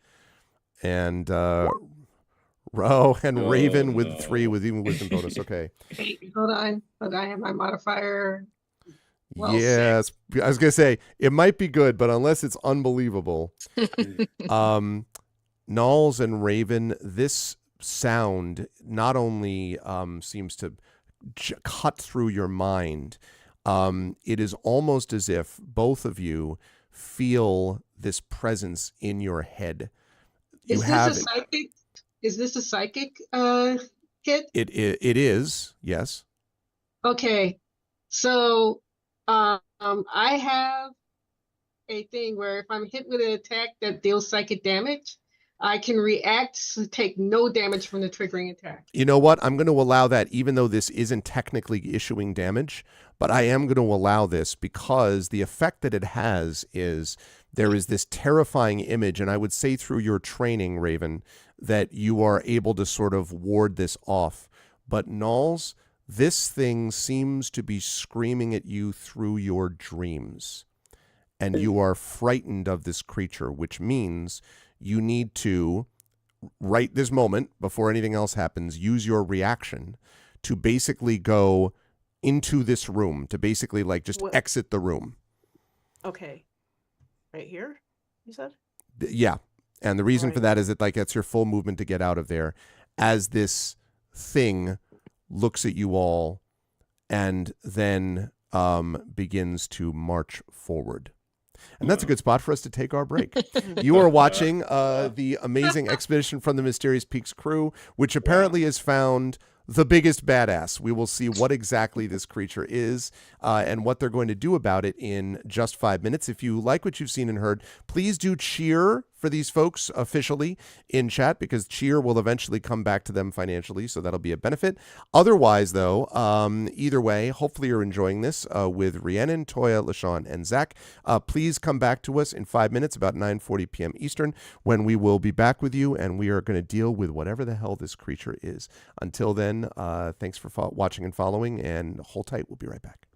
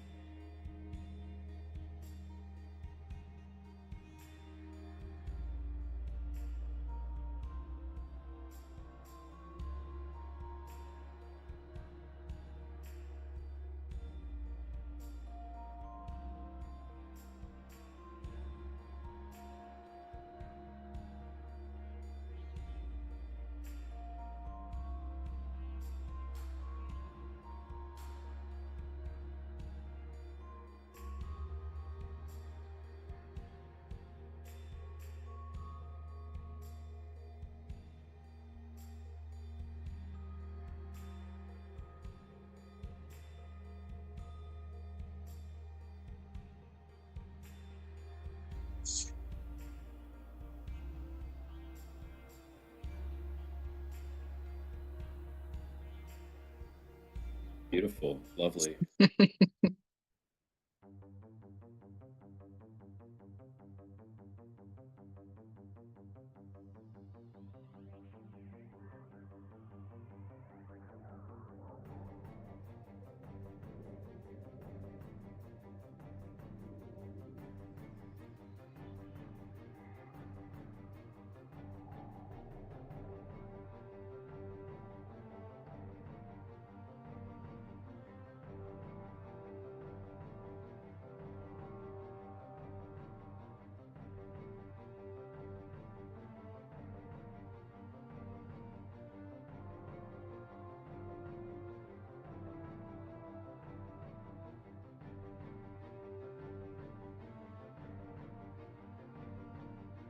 So how do I make a saving throw?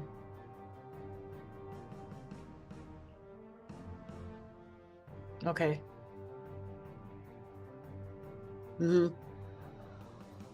Right.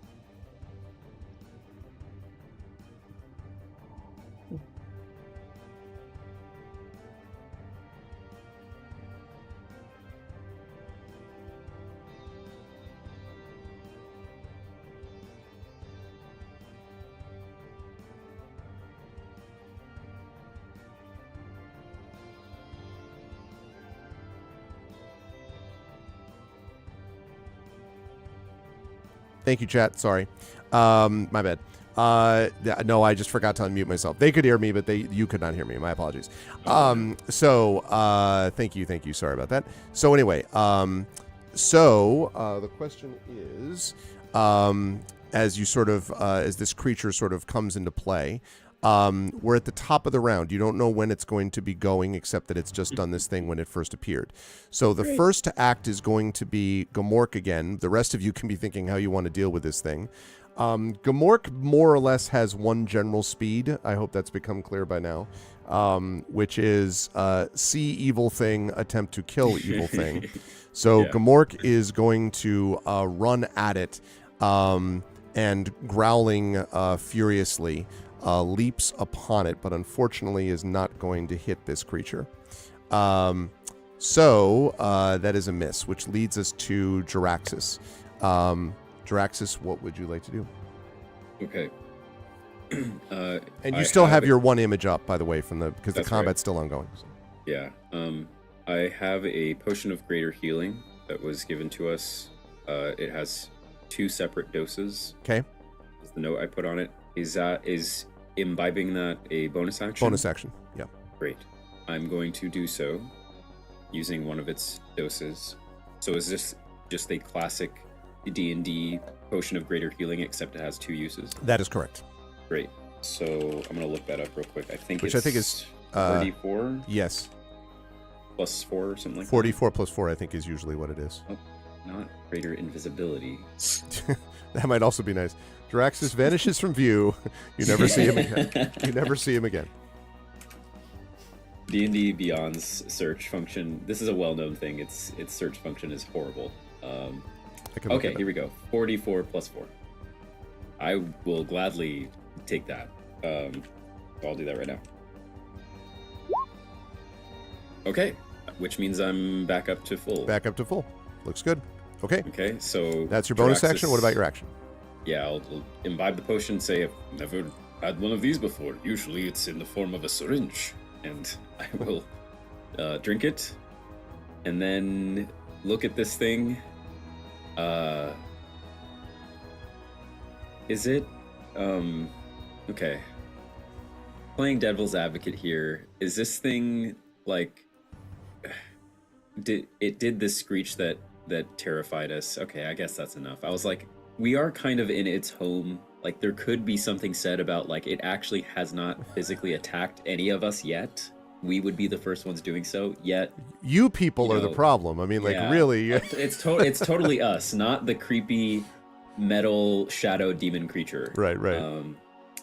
So, yeah, the devil's advocate disappears very quickly as I just shoot a sprite beam at it. And okay.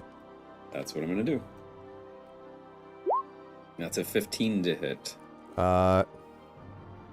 15 will not hit. Oh god, this is going to be so hard. Okay. That's all I can do. The twin Jiraxi will shoot the sprite beam as it. What's the react? Does it sort of like dink off of the metal? Yes, it's exactly what happens. You sort of, in fact, what it actually does is it does the classic Vader from Empire Strikes Back, puts up the hand, right? And it just sort of hits that and then lowers its hand slowly and just glares at you. I look at the other Jiraxis and we both just kind of mouth agape and then look at the rest of the party like, I don't know, guys. And I will actually move forward in front of it. The second Jiraxis is kind of like gestures like, we got this.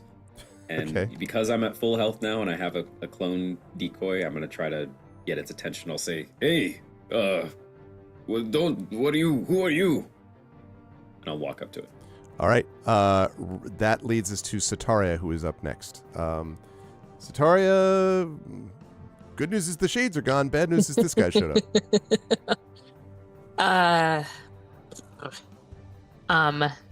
So I'm gonna yell, I think we should get out of here. I'm almost out of spells. And then I'm going to link it with the sacred flame and see what happens. So Okay. at least I know that. And you said, let's see, it's 14. 14? Saving throw. No, it does not make that. Let's see what it does in terms of damage. 6 Nice. damage. Do you- Radiant. Do you bleed? It does take that. The creature does seem to take that damage, and as it takes the damage, in your mind, Sataria, you hear like this cacophony of voices, and cutting through it is, "You cannot win." But apparently, he was hit by this thing. What if this is Bizelkus or whatever? Like, Yeah, I was we wondering. came down here to hunt a big demon guy, and this, I don't know. Anyway, Okay, Sataria, are you staying where you are? Yes. Okay. Right now. All right, that sounds good. Nals, you're up next. So, and I should say, you still remain frightened, so you Mhm. don't have a saving throw option yet. Again, I'll let you know when that option becomes available. But you can still act. It's just that while it's within line of sight, you will get disadvantage on ability checks, and any attacks against it will be a disadvantage. So Nals is trying to figure out if she's actually seen this thing in her dreams before. And while she's doing that, she's going to actually cast Bardic Inspiration on someone else. Okay. Who do you want to cast it on? Oh, that's a great question. Because I could cast it on Raven or Gamork. Because they're the next two in the order, right? Gamork has already went, actually, and missed. Next up would be Raven. But then it would be Gamork at the top yes, of the that's round right, again. that's right, yes. So yes. Oh boy. Well, and the reason why Raven or Gamork is Nals and Raven don't really know each other. And so would Raven see that as, like, what are you doing to me? We don't know each other like that. Nals and Gamork have a connection. And Gamork would not be as put off by it, I don't think. well, the inspiration also is like it's you inspiring someone. So usually that's not the sort of thing that someone cringes in fear from. True, but not that Raven would cringe in fear, but Raven is more Suspicious. more suspicious and not Yeah. trusting us. And Gamork has already said to Nals that Raven is one you need to keep an eye on. Mm, So that's also going on. yeah.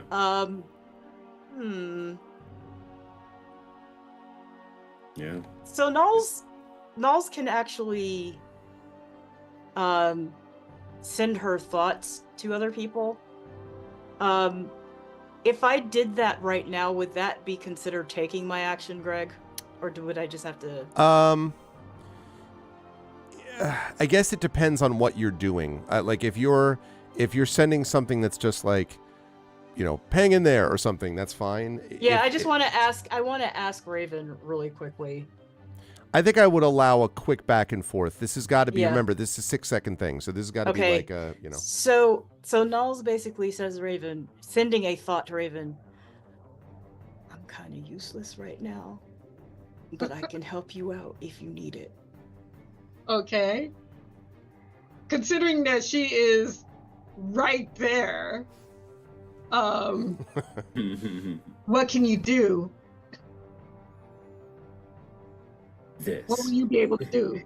Yeah, I was gonna say I'm not gonna allow a lot of back and forth. I mean that's gonna be as much as I think the two of you can get. So, Nulls, you're either gonna do it or not based upon that, I would say. Yeah, I don't know if that's a yes or a no. So again, she's suspicious, so I'm going to go with Gamork. Okay. So, I'm going inspiration to Gamork. Inspire Gamork. I just click on this thing, right? The Bardic Inspiration thing. Yeah. and just make sure you expend one of the uses of it. So 6. Oh. Where's my table? Oh yeah. Where's my usually, table? Oh, you want to do? Yeah. There's 2 things you can do. Do you want to do your special College of Spirits thing? Yeah, or do you that's what just I'm wanna trying to do. Oh, okay. So, oh yeah. So you have to pull up the table. Yeah. Let's see. So that 6 Yeah, I can't wait for this. Tell of the Traveler. Cool. The target gains temporary hit points equal to a roll of your Bardic Inspiration die and your Bard level.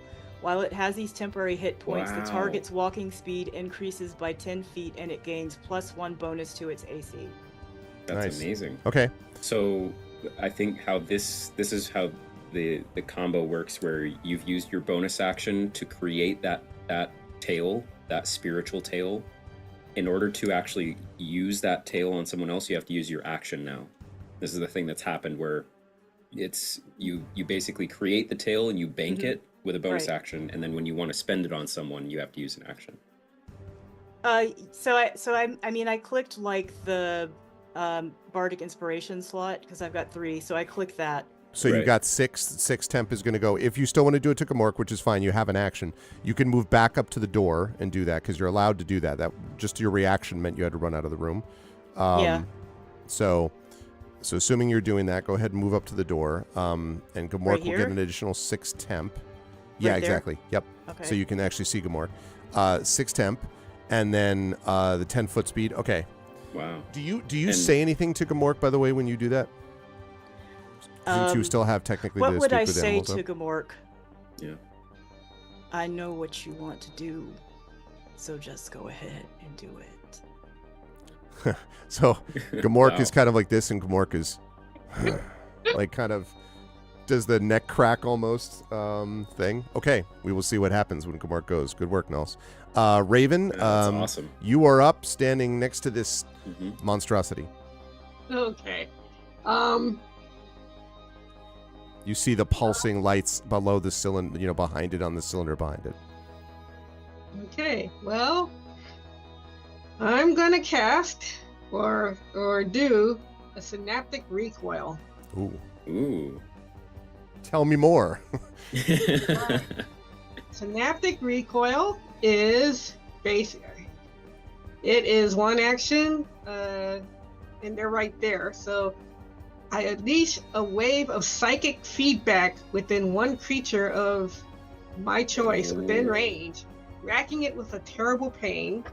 The target must make a wisdom saving throw. On a failed save, it takes 3d6 psychic damage, and it must immediately use its reaction, if available, to move as far as its speed allows you away from you. Okay. Mhm. Seems like a good time to use this. All right. I would say though that didn't Raven have the experience of trying something psychic against the Yeah. smaller shadows, and it didn't work at all. Yeah, I was thinking that. And this is dealing more psychic, is the only thing. Well, that sucks. Yeah, like that would be the perfect. And we've never fought anything like this before, so I haven't. Maybe it is susceptible to it, but that's the only thing I saw. I was like, this is perfect, but oh no, wait. But I wonder how it managed to get inside our dream space. Yeah, It seems pretty psychic itself. right. Which either could mean it's therefore susceptible or Yeah, not. I don't I'm know. gonna- You could still give it a shot. It's up to you. I'm gonna do it just in case, and then worst comes to worst, I could run. Sounds great. Okay, so you do this thing, synaptic recoil, this feedback. As you do this against it, you can see the creature literally put a hand up and then recoil as it puts a hand back on the cylinder. Apparently, this thing is, as you guessed, Raven, not immune the way that its shadows were. Go ahead and roll your damage. Nice, Nice. sucker. Give me a second. Did it already make the wisdom save? It missed it. No, not yet. That's great. Give me 1 second. So Perfect. That's why I did that. Otherwise, it would have been like, Yeah, no. yeah. Cool. Great. all right. So that's 1 die. 1 die 20. Or no, you just No, you just straight up roll. You your just roll 3d6. damage because it missed the Oh. saving throw. So Yeah. so you said it was 3D what? I mean, you just roll whatever the 3D is. I don't remember. 3d6. All right. Give me Let's 1 see it. second. All right. Okay. Okay, 7. And then, more good news for you, Raven, is going to move away from you. And you Wow. see how you're all right there, like within 5 feet of it? As it moves away? That means each one of you, including Gamork, is going to get an attack of opportunity. Okay. So I'm going to start, assuming you want to take it. Now, I'll start with Jiraxis. Now, you would have to... You can't Yeah. technically do a Sprite Beam as a that's right. as I'd an have to opportunity be thing. Warcaster, I think, in order to do that. Right, so you'd have to do like Combat Knife or something like that, Jiraxis, if you want. Yeah. I will. All right, so It's go not ahead gonna and make be- that attack. And Raven, gonna you be will great. get a free attack on this, if you wish it, as a melee attack with your energy staff. Oh, nice. Because it's moving away and you have an attack of opportunity.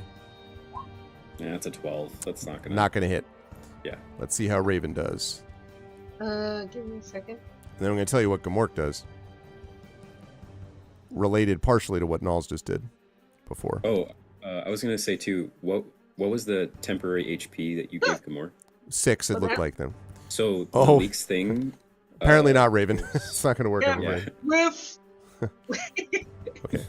Nalik's Tale of the Traveler, it says the target gains temporary HP equal to the roll of the die plus her bard level. Oh, that's right. So, 10, which I is, think. so that would be 10. Yeah, 10 Instead of times. 6. Okay. Yeah. All right. So, Gamork does the following. First of all, Gamork takes a bite out of crime and does succeed in damaging this thing.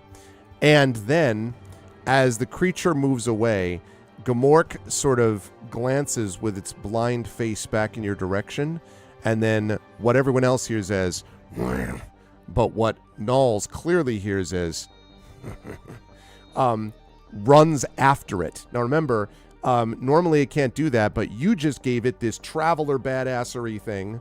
So Gamork basically is pursuing the creature as it backs away from you. And I think let's see, 5 times. So it would go here, and Gamork is up here. Wow. Nice. So you're now standing. The cylinder is open. The cylinder's just there now, exposed with the lights, and the creature is back by the pillars. Good stuff, Raven. Okay, it is now the bad creature's turn. And although it was because I think that was all on that synaptic recoil was just that it moves away from you, right? Not that it then freezes in place or anything, I assume. Yeah. Yeah. Okay.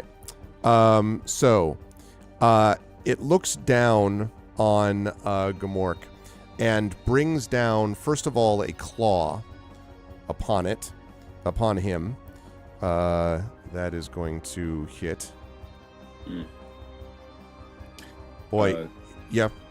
Gamork's AC is 1 higher as well because of the Tale of the Traveler, but not sure it makes a difference. Yeah, it's not going to make a difference against a 21, I think, in this case. Yeah. But it's a good thing that you did that whole temp thing, because it slashes into Gamork and hurts Gamork terribly.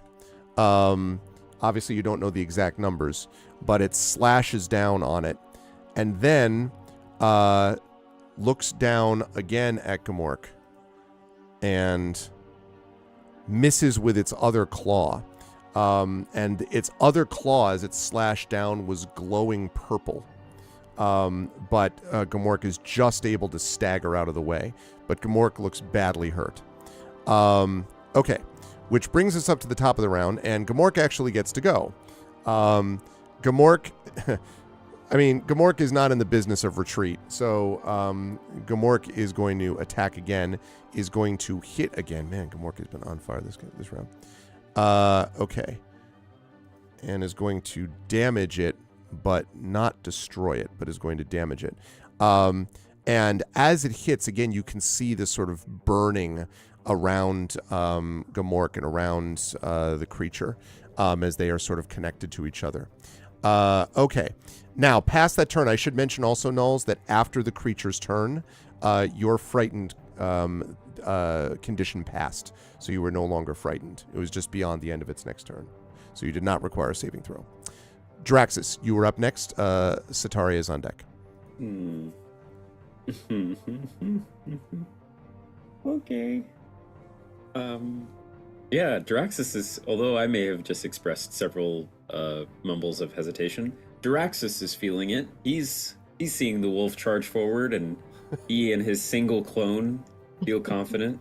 So I'm going to shoot a sprite beam and then advance forward, because apparently I'm the tank now.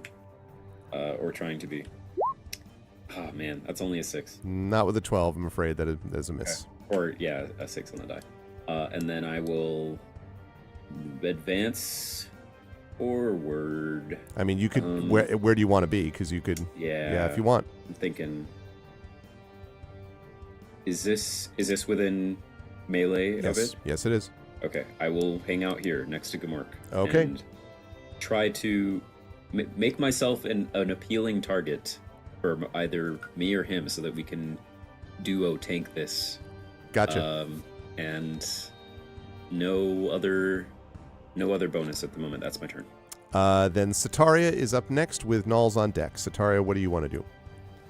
Well, I got this one last cure wounds and this one last sorcery point. So it sounds like Gamork is the one who needs this. Yes. Although I have this image when you say one last, I'm thinking about John McClane in Die Hard looking at the 2 bullets, right? Like I have this one point, I have this one heal. So 5. Okay, you said, I'm sorry, that was on Gamork? Gamork. Oh, Gamork, okay. All right. That's certainly better than what it was. Okay, so you do that. Good stuff. Do you want to move anywhere or any other bonus things or everything else? I know you're out of sorcery now, but... Yeah, I mean, I'm okay where I am. Okay. Nulls, that's going to lead us to you with Raven on deck.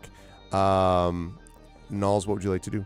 Okay, I'm going to go through my thought process here and see what the party thinks about this. So, like I said, Nulls, while she was frightened, was trying to go through her memories and think of, has she ever seen this thing before? But then she also remembered, because she was going through her memories and like replaying what had just happened to her, she remembers that the thing came like down from the cylinder. Is that correct? Kind of, yes. Almost as if it like formed on the top of the cylinder, came over, and then floated down. So she's even wondering if the cylinder is some kind of conduit, and even if it can be destroyed. So, yeah. I know that face. Can she either thunderclap it or crossbow it?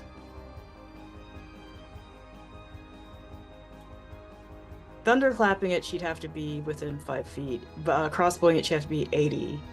And you know, which Zach, which one would be stronger? The thunderclap or the potentially the crossbow? Well, they each have their own damage, so Right. but But I mean, like, my thunderclapping is 1d6, and the crossbow is potentially it's A 8 D8. plus 2. my wager though maybe is that Yeah. the thunder damage might do more. Right, It- because we've it already might had not, them. but Okay, so I have to be within 5 feet of the cylinder thing. oh yeah, but I don't know. Maybe you could take a shot first. Yeah, because entering within 5 feet is dangerous, but then Right. also like me and Gamork are right there, so we're occupying his attention. But then if you touch the cylinder, it might like get mad or something. Right, So, you're I right. don't know. It's up to you. I could really see either one, but So I first of all, I need to move into the room so I don't shoot Raven. That'll But certainly could I- build trust between the two of Could you. I could I move here? I can Sure. move there, Okay, that's right? only 10 feet. That's fine. All right. So I'm going to shoot, and then I'm going to move back. Okay, And so I'm you're gonna- firing at the cylinder? Yes, Okay, go ahead and make your attack roll. that's not going to do anything. I don't think. Yeah, unfortunately, that's a miss. It just So I'm clinks gonna off move, it. So I'm going to move back. Okay. that's a great Uh, idea. Okay, so yeah, so you've done those things, but people are aware now of what you have done one way or the other, Nulls. Which leads us to Raven. So yeah. I saw what Niles did. The light's still blinking along the bottom, and also the creature in the back with Gamork and an overly optimistic Jaraxxus maybe, and the clone standing next to it.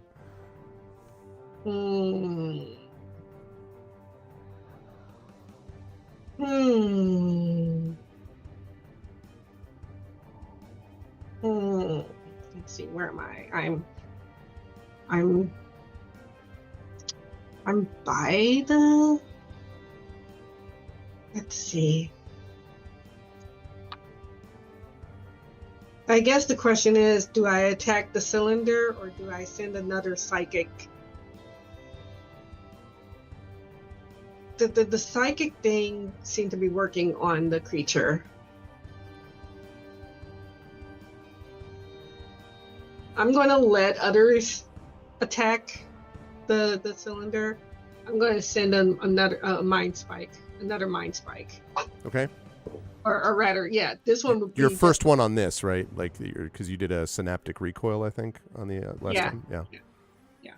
All right. Well, let me see what so for mind spike, that's just a range channeling, I think. It's a range channeling, 1d20.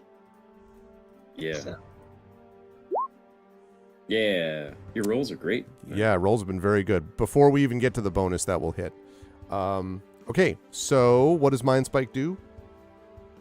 Mind Spike, it makes a ranged channeling attack at a creature within 90 feet of you that you can see. Okay.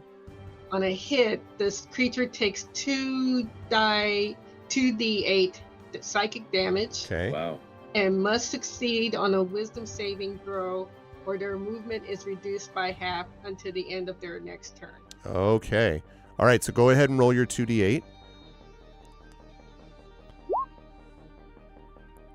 9. Okay. Yeah, so you can see this thing kind of like, flinch as if you have definitely struck it. And it does seem to be moving slower, so you think it did perhaps miss the saving throw that you were just talking about. All right. Good stuff, Raven. Where are you going to move anywhere? Are you staying in the room? Are you moving up closer to it or around it or what?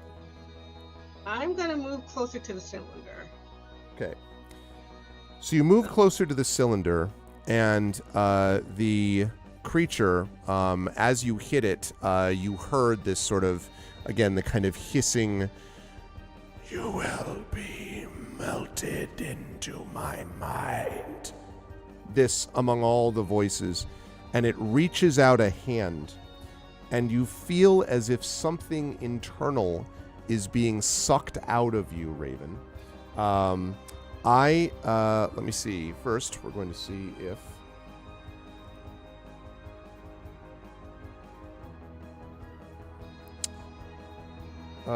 that is going to be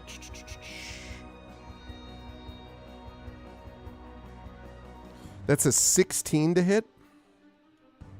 Okay. Is that is this a psychic?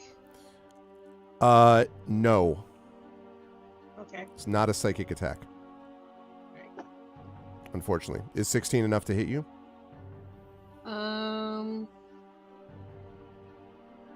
Is this my ability save or? No, AC. It should be whatever your armor class is. Oh, my AC is. I have no armor class. What? Well, I'm an adept. No, but you have to have something though.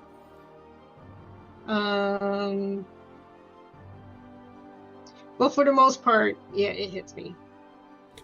Okay, so you think 16, your AC is definitely lower than that. We'll make sure I need to make sure that we double check though and make sure we get what your actual AC is for later on. But for now, we will assume that a 16 is higher than that.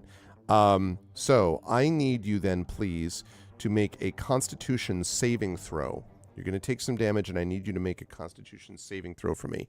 So just should be your con bonus, although it'll tell you if you have advantage on con saving throws. I should, yeah. So that's what. Which one's that? Oops. No, Sorry. 1d20. D20. Yeah. Okay.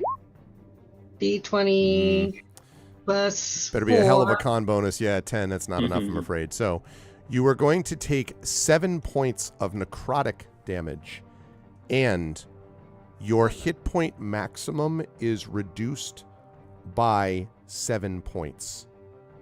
So your current HP maximum is 11. Mm-hmm. Yeah, just make note of what the original maximum was, because hopefully someday you'll return to that. You feel extremely weakened, as if something has been pulled from within you, Raven. Okay. And then it tries to slash Gamork. Oh, and it's going to definitely hit Gamork.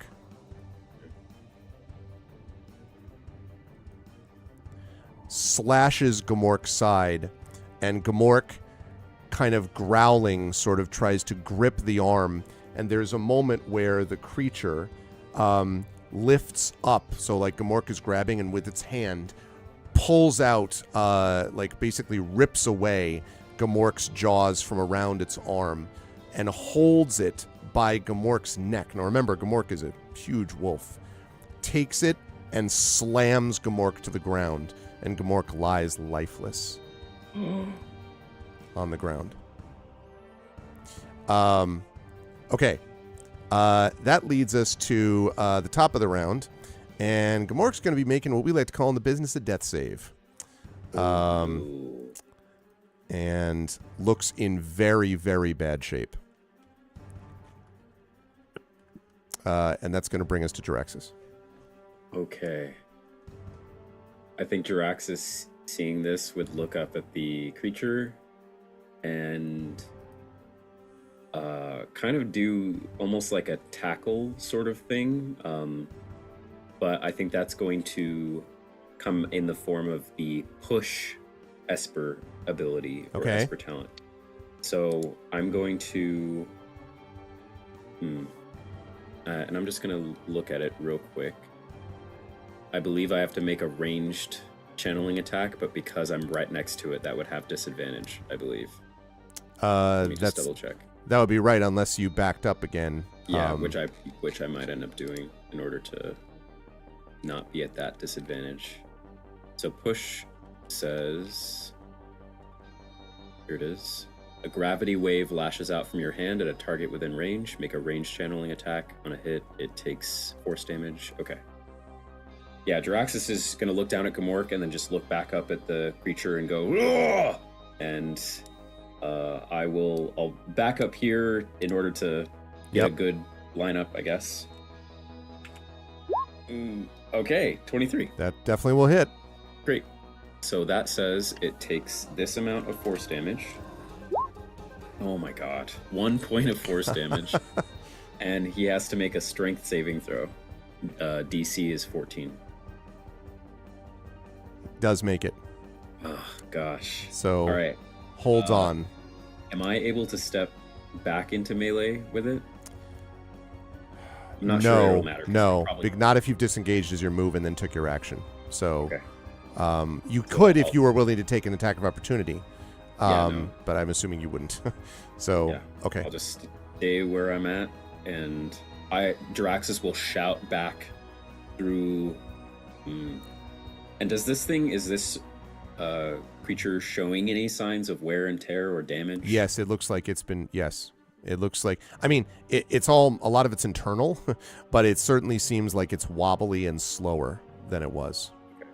Jaraxxus will shout back behind him, "Gamork is down!" And that's my turn. All right, Sataria, you're up. So I have the Spare the Dying cantrip, Okay, and that's touch. So you're gonna have to run into the room if you want to do it. yep, I gotta. So I would. Can I go here? Is 5, that 10, 15. I don't Yes, you could do know that. what the little death thing means? You can. Separate from Gamork. Oh no, it's actually supposed to be on Gamork. It's just not. Oh, gotcha. Not Okay. positioned. Yeah. Okay. So Spare the Dying. You touch a living creature that has 0 hit points. The creature becomes stable. Okay. So you do that. I almost never do this, but I'll let you in on this just because its first death save was a critical miss, which means it was 2 failures. So if you had not done that and he had missed again, Gamork would have been dead. So Oh no! that was pretty clutch. Oh my god. It exposed you, but Okay. So you kneel down and you can see these awful wounds, this terrible purplish blackish slashes across its fur, Sataria. And its tongue lolls out of its Gamork's out of his mouth and just, okay, so you do spare the dying, so he is stable. Not getting up, but he's stable. And Sataria is now in the room. Null, Sataria is the best veterinarian, yes. A veterinarian, if you will. Right. So Nulls, you were up, and you can see the situation. So I have 1 second level slot left, and I do have Healing Word. I can heal Gamork now, right?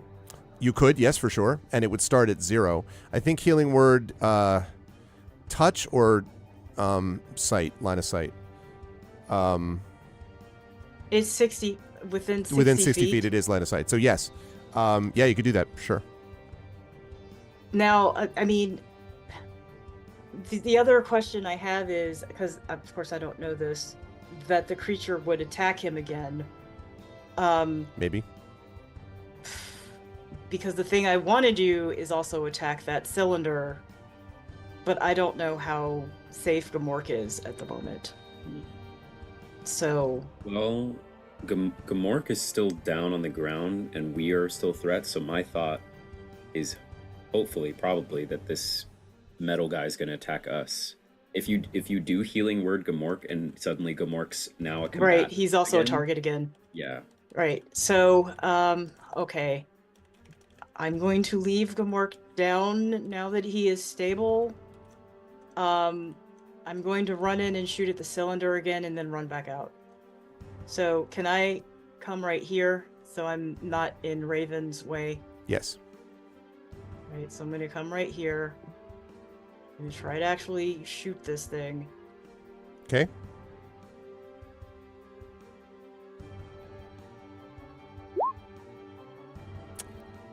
Pink. Sorry. Yeah. Fortunately, just tings off the side of it. And I'm running back out. Yep. Sorry, Nulls. Okay. Raven, you were up. Well, I have a choice. I can basically strike the thing or do another synaptic coil because I have 1 slot left for that. And I messed it up bad with the first synaptic recoil I had.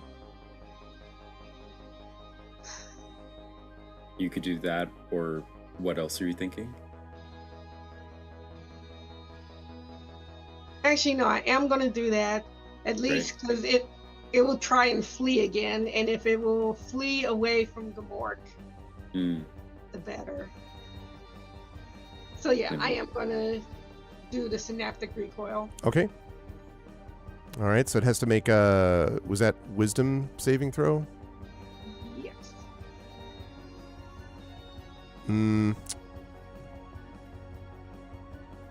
What's the DC I'm aiming for with this? Hold on 1 second. Yeah, it must make a wisdom saving throw. On a failed save, it takes 3d6 psychic damage. Yep. What's the target number, though, I'm looking for?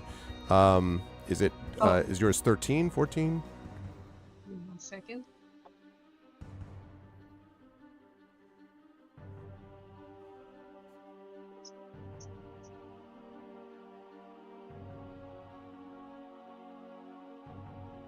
Where would I find that?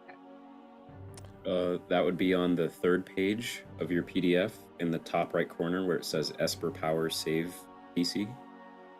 Okay, 12. 12. Okay. So, unfortunately, it is going to make it. So, does it take any damage if... does anything happen if it makes the save? Let's see. If it makes the save, nothing happens. Oh, on a successful save, the target takes half as much damage. So roll the damage then. And I said that was 3d6. Yep. So go ahead and roll 3d6. We'll take half of that and we'll see what that does, if anything. Ow. 13, good roll. So 6. So you strike this thing again in its mind, and it sort of staggers back again, and you hear this clang as the armor impacts the pillar behind it. And then you see it kind of jerk its head around like this. And it, in your mind, you hear this horrifying, this like soaring shriek, which is piercing, and this is in all of your minds. And so there's a moment where it gets so loud that you can't bear it, and there's nothing to block out because it's all coming within your mind. And then, and it dissipates into bits of shadow. And as it does, a great silence falls upon the room. And then from the core of the cylindrical device, a burst of light emits from it, enveloping the room. And as it does so, you can see the wires around the cylinder that I mentioned begin to literally fizz and sizzle and then melt in the light and just sort of almost pour down the side of it until they're just a puddle on the ground. And now the cylinder is this glowing golden thing. The light shoots all around the inside of the room, and you now see metal panels lining the walls and columns, displaying illuminated patterns upon them where there were glowing runes before. And the panels intersect around a metal-plated door that appears on the west wall. What did I do? You ended the threat for now. That is what you did. Huh? As long as it's not beeping. Oh, yeah. Is it Beep! beeping? No, just kidding. Yeah. No, the beep stops. No, there is no beeping now.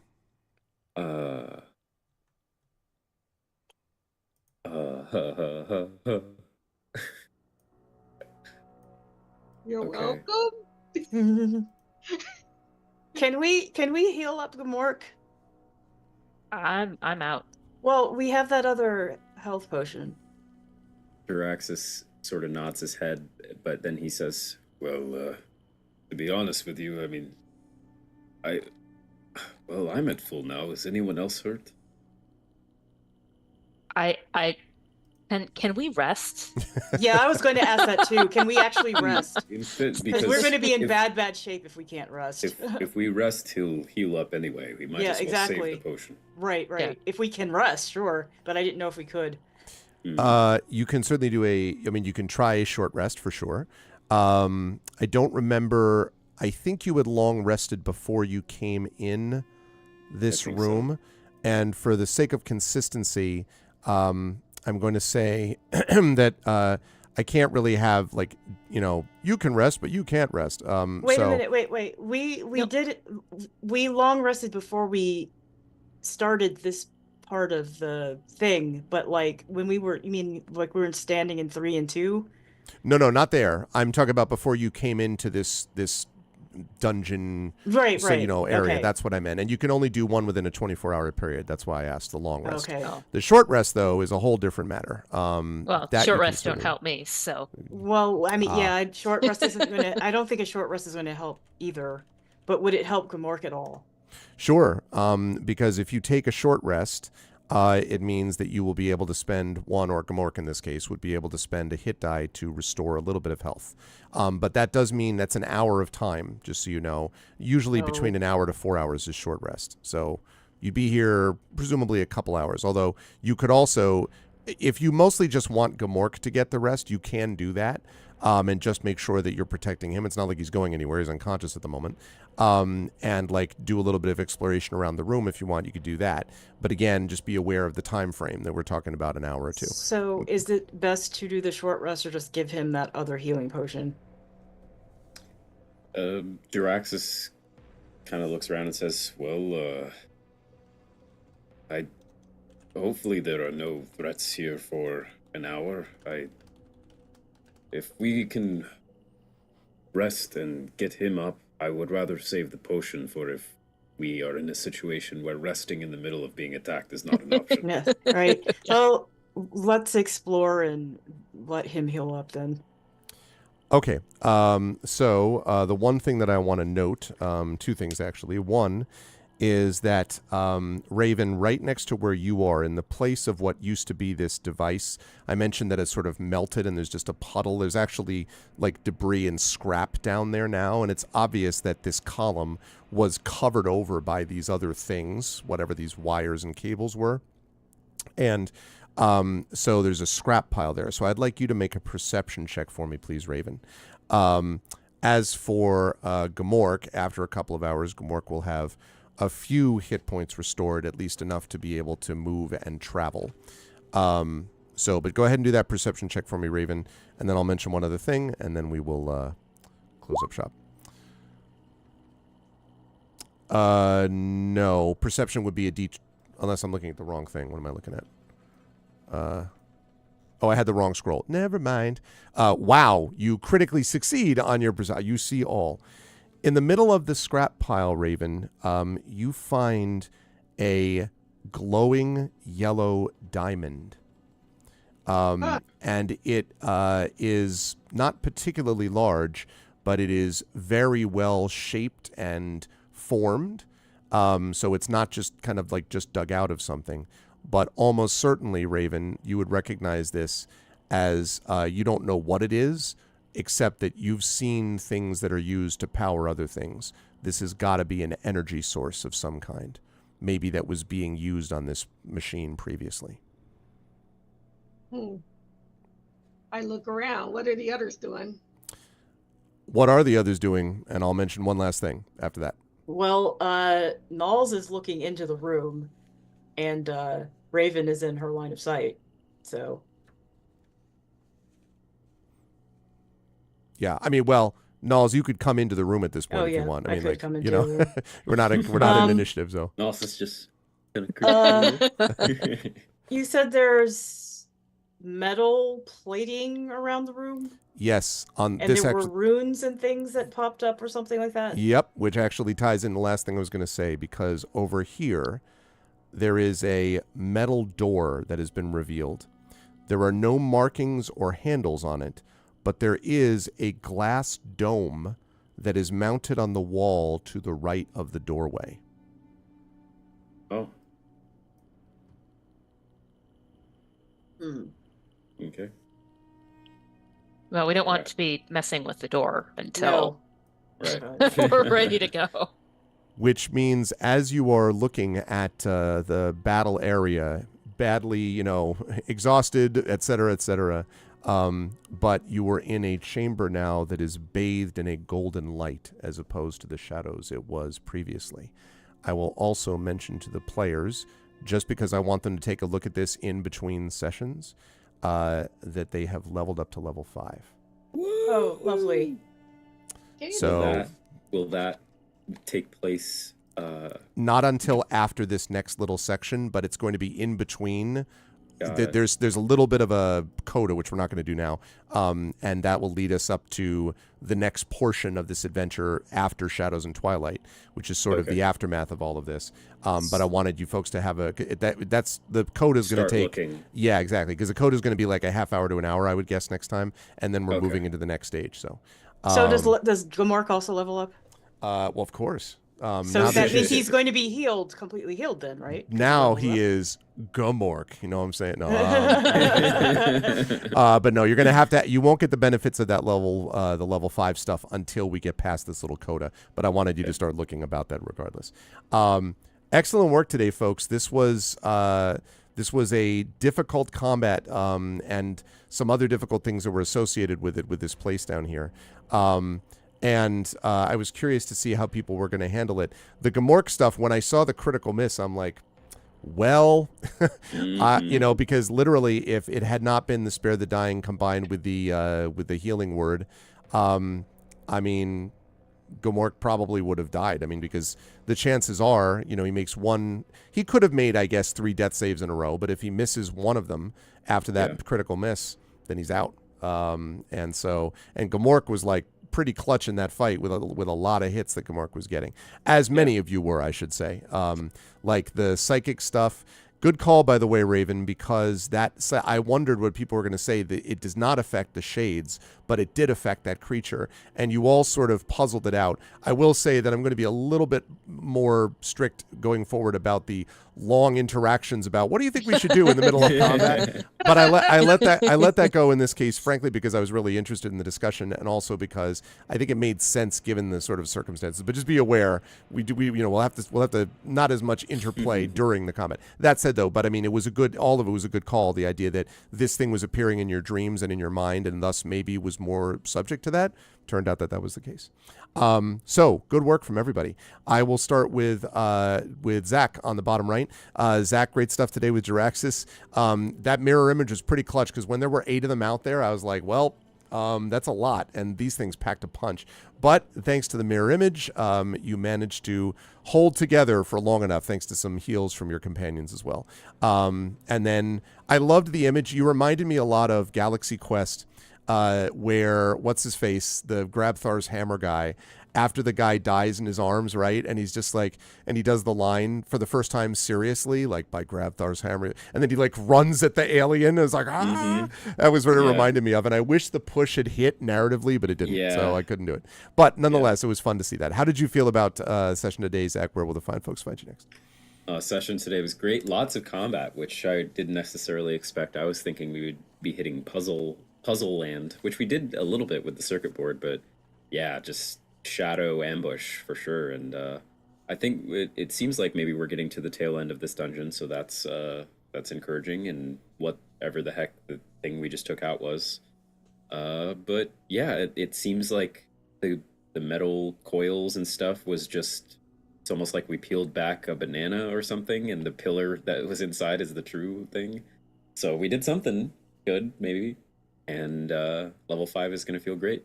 So that is it was a great session. People will find me for this again when we resume it in 2025, as well as on the Our Vocalists, which is the other show that I'm a part of on this channel, where we voice act video games. And then on my own Twitch channel, twitch.tv/ZachClay, and my website as well. These are all links that are abundantly available. And of course, our Gen GMs show, which is a show that Greg and I do talking about game mastering, tabletop role-playing games, and more content for that is coming in the new year as well. So yeah, it's been a pleasure, and Happy New Year, everyone. Good stuff. Happy New Year, Zach. Moving right along to LaShawn. LaShawn, I mean, Raven had some very clutch moments there in those combats. The one psychic attack that didn't work against the Shade, but as we said, you did actually reason it out. You and Knowles reasoned out the idea that, well, this is not the same situation because this creature is actually in our dreams type of thing. And so that was really useful because this thing hits like a truck, and you all sort of did a lot of the best defense is a good offense kind of on it, which helped a lot with dealing with that. So your roles were like you were bringing the noise tonight as far as that's concerned. And it will be interesting, I think, to see how Raven feels about everything that just happened in terms of the battle and what that means. Also, the fact that you recognized the circuit panel and what it actually was, and all that stuff. So there's some good highlights, I think, for Raven today. How'd you feel about the session? Where will the lovely folks find you next?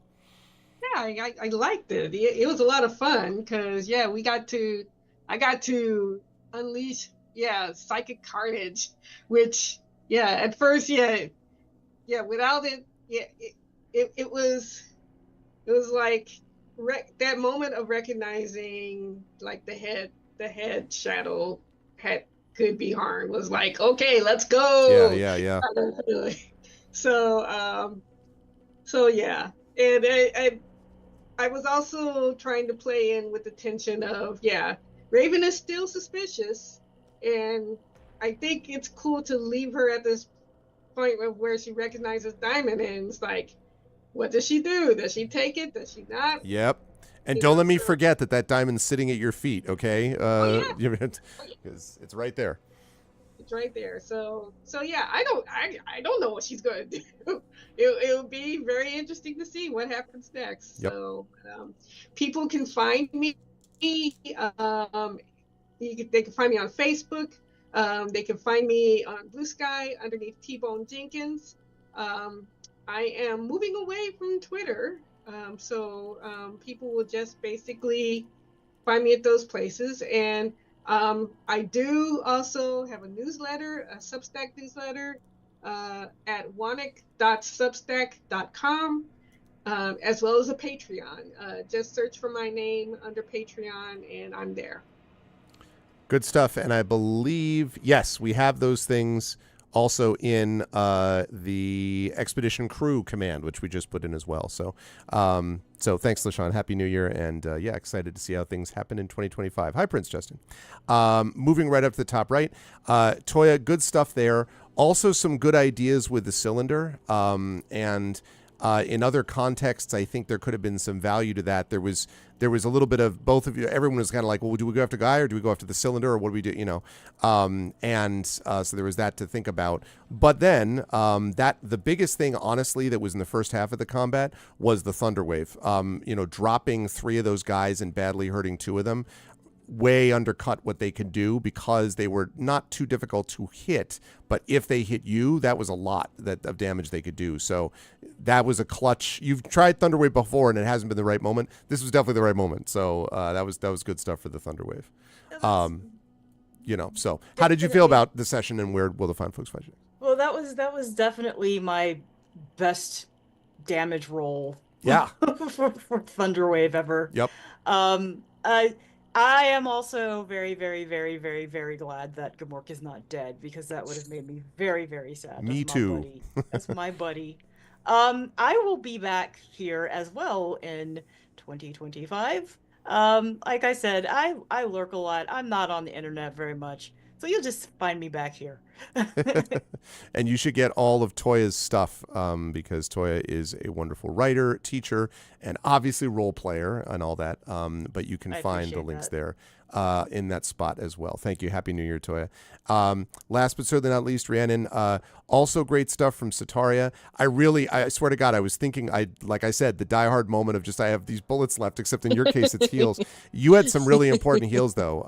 Not just the heal on Gamork. You had a big-time heal. You actually had 2 heals on Gamork. You had a big-time heal on Jaraxxus as well. And that would have been Jaraxxus could very well have gone down also. So, and I loved the image that you're just like, yeah, can we rest now? Like it's very, the graduate student vibe. Student raising it just cracks me up. I swear to God, you have no idea when they're like, do I get class credit for this? If you ever were a grad student, you know exactly that feel. Anyway, but that was really funny and very important in terms of what we do going forward. So I'm very much excited to see how Satari feels about things in the new year. How did you feel about today's session? Where will the folks find you next? I mean, so much fun. And I will probably say it every single time. Like, I've never played a healer before, and it is very enjoyable. I'm liking the heck out of it. Um, and getting to see all the different characters' perspectives on like what's a circuit board, what's a control panel, Yeah. and like how do you, interpret those things. That's a lot of fun too. I expect it'll keep going. People can find me. I'm part of the Dungeon Scrawlers channel, which is authors in particular playing D&D. And right now, the campaign that I'm part of is the Isekai Realms campaign, where we're playing ourselves dropped into the Forgotten Realms in the second edition era. And so that airs Monday nights at 6:30 Pacific. Um, and throughout 2025, I'll probably be on other campaigns, and you can always find me on the Dungeon Scholars Discord. That's where I am the most. Occasionally, I'm on Blue Sky at Rhiannon Held. And check out my books. For urban fantasy, I have the Silver series of anthropological werewolves under Rhiannon Held. And then for space opera, if you want something short, I have a series of novellas under RZ Held, the Amsterdam Institute series. Recommend all of the above. Thank you, Rhiannon. Happy New Year. Thank you so much to this whole crew. Again, since this last time I'll be talking to you this year, it's been a great pleasure. I'm so glad, Rhiannon and LaShawn, that you've been able to join us. I think you fit right in. I am very excited for this energy going in the new year. And Toya and Zach, as always, wonderful work through all the ups and downs and stuff this year. And I'm very excited for what Expedition will bring as we move on to the next section. So, chat, can we get some love for the incredible crew? Thank you to Rhiannon, Toya, LaShawn, and Zach. Crew, Happy New Year one last time. I will see you folks in 2025. Happy New Year, everybody. Bye for now. All righty. Good stuff, everybody. Man, what a great session to end with, and the tabletop stuff with for the year, because we got some combat in there, we got some creepiness in there, and I wasn't joking. Like, some of that stuff, man, I was like, I don't know. With that many shades and with all that kind of stuff, like, it was quite possible that other stuff could happen, and they would get overwhelmed. So I was really personally, I have to be the referee, obviously, and call balls and strikes, but I also obviously am rooting for my players, basically, because I want them to do well. And so it was exciting to see them kind of come through that very much. So I was excited about that. And they're all level 5 now. They've leveled up to level 5, which means we are moving into the last portion of this section, which is great. And so sounds good. You did well with this stripper name joke. Yes, indeed. Sounds good. And so just a couple of quick notes. First of all, you will see more Expedition from the Mysterious Peaks next year, and thank you to Alligator Alley for sponsoring this as always. But as Drew just mentioned, we have other campaigns here as well. Dungeons and Dragons with Infinity and Beyond. That's my Eberron Oracle of War campaign. That's my very high level. They're all level 14 now, heading on to level 15 campaign. They will be continuing in the new year, and we'll talk more about that campaign, where that's all going to end up. So we got that going on. We have also got, We have also got the Beowulf duet campaign that I do with Tari Tunes on this channel, which is 5th edition compatible Beowulf from Handiwork Games. That's just me and Tari. That's the duet part of it. And then I also run over on the sister channel, my sister channel, GOG.com.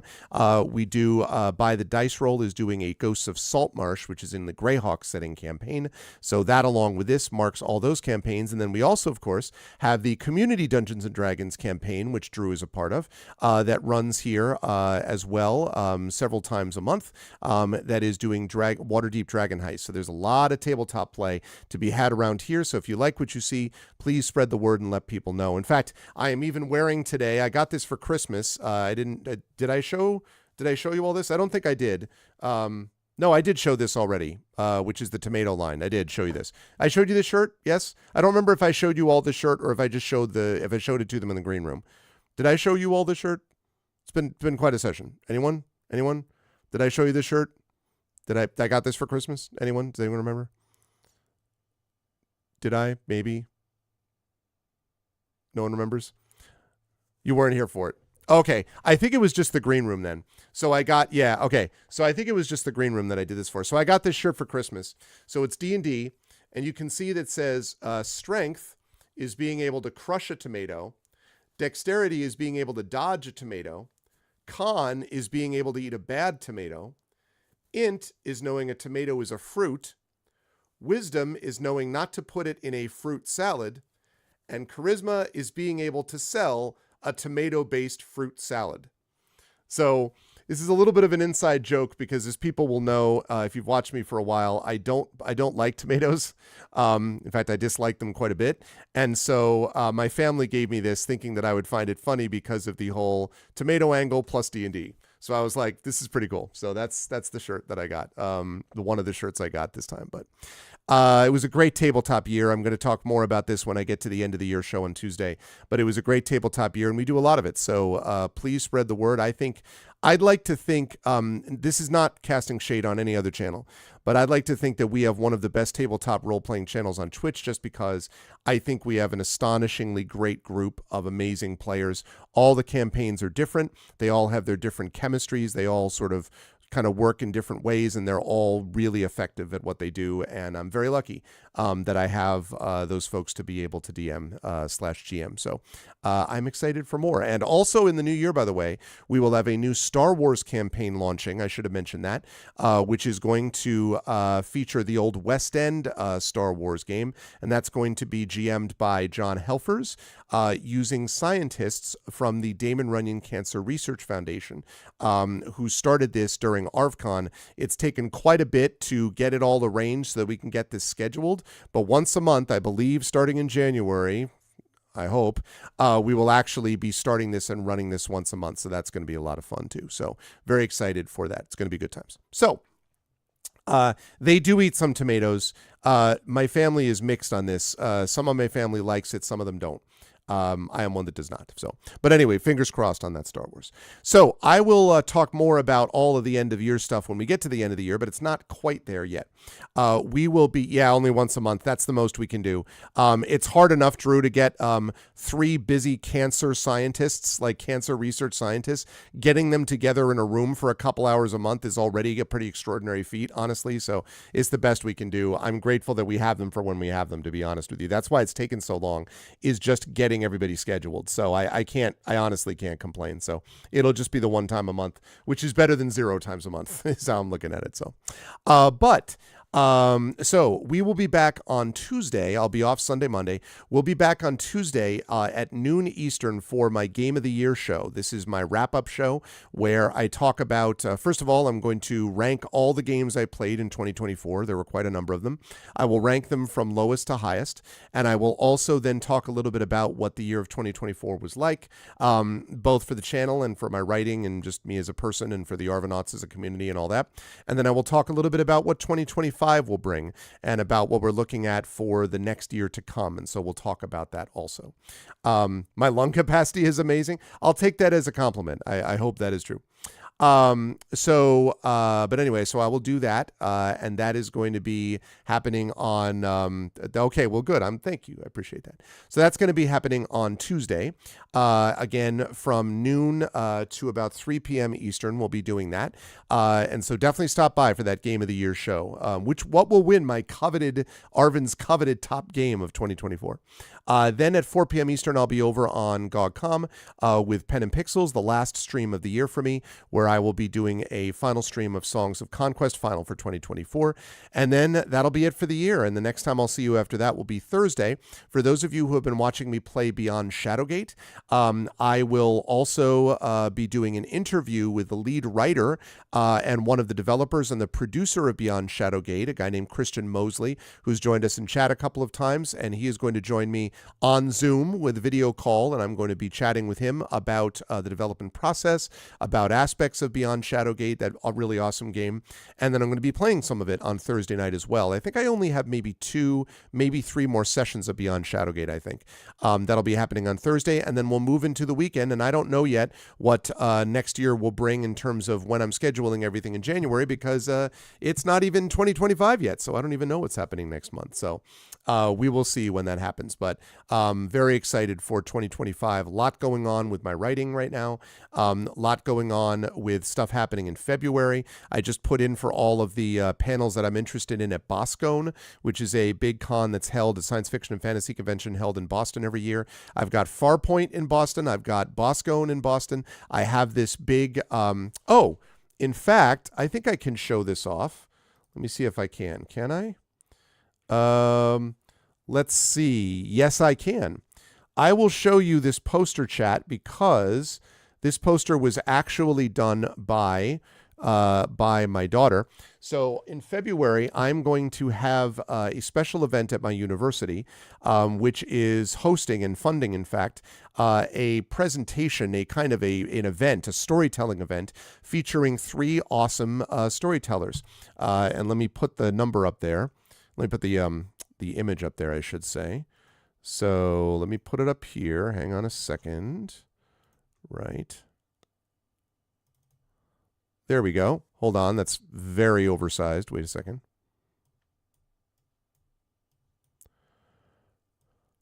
Okay, there we go. So as you can see, let me put it a little smaller than that. This was done, by the way, by my daughter, by Little Arv. So I think that Little Arv did a pretty amazing job with that, frankly.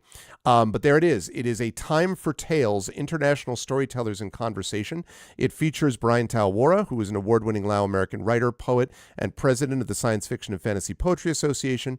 Marie Bilodeau, you should all know Marie, but is a award-winning author, tabletop game writer, and storyteller from Ottawa, Canada. And you should also know Brandon O'Brien, award-winning writer, poet, tabletop game designer, and teaching artist from Trinidad and Tobago. And as it says, in a world where reality can often seem increasingly splintered, separate, or senseless, we need an understanding of narrative provided by gifted storytellers and reflecting the diversity of our world and experiences more than ever. Join us for a conversation with 3 such storytellers as Brian Talwara, Brandon O'Brien, and Marie Bilodeau. Read from their works, answer questions, and discuss storytelling in the modern world. I don't know yet whether this is going to be available to the public. I have to wait until next year, next week, to find out, because nobody does anything until next week, and then everyone will be back and they can answer those questions. It's going to be taking place in St. Augustine Hall on the campus of St. John's University. And as you can see, it is moderated by myself. That's my real life name, Professor, Division of Arts and Humanities, blah, blah, blah.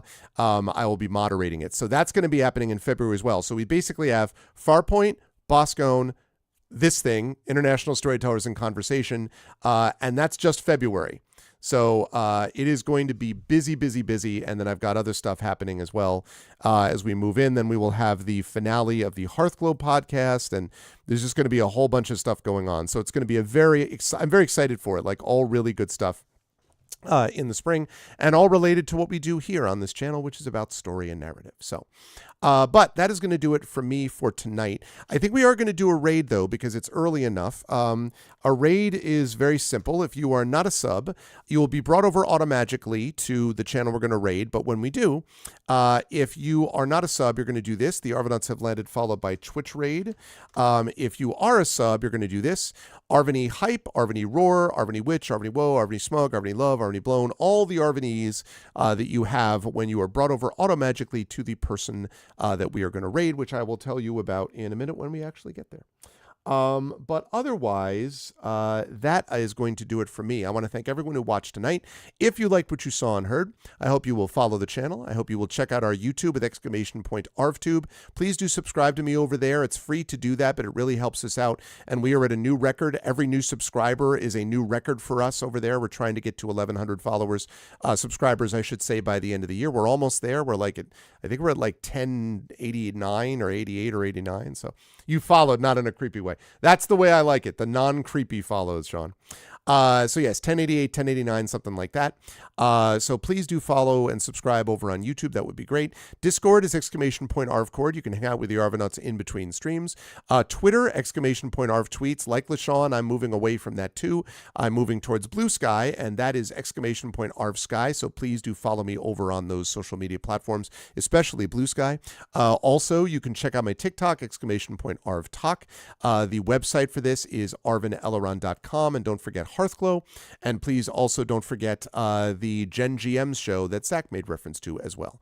On the, geez, Drew, on the financial front, exclamation point Arvtreon. That's my Patreon sitting right there. You can get cool stuff for yourself and cool stuff for the channel if you support us over there at the Patreon. That really is the financial backbone of the channel. You can get an epic poem written for you, character background written for you, all these other sort of things, which you can get over at the Patreon. You can also get inspirations to help our tabletop players, which, as you saw tonight, can sometimes be of real assistance, I think. So you can do that. You can also sub to the channel, which gives you those custom sub badges and emotes to use here, there, and everywhere across Twitch, and that also helps the channel as well. Thank you so much, Prince Justin, over on YouTube over there. So yes, thank you. And let me see. On the publishing front, exclamation point Icarus, my graphic novel from Athos Arts. Exclamation point Library is my Tales and Tomes from the Forbidden Library. That's my 5e adventure and sourcebook from Alligator Alley Entertainment, which is almost sold out, actually, so definitely check that out. Oh, thank you, Sean.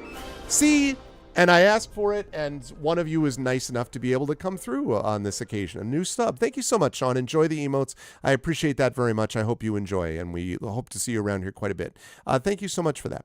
Let me see. What was I saying? Yes. So Icarus, graphic novel, library, and exclamation point Greyshade. That is my Grey Assassin trilogy, which was just completed earlier this year. Greyshade, Renegade, and Heretic. You can get that link. You can also get the audiobook of Greyshade from our very own Trendane Sparks, and you can also pre-order the tabletop role-playing game of Greyshade from our very own Brandon O'Brien as the lead designer and Alligator Alley Entertainment. You can get that pre-ordered there. That's going to be coming out next year, so please check those things out.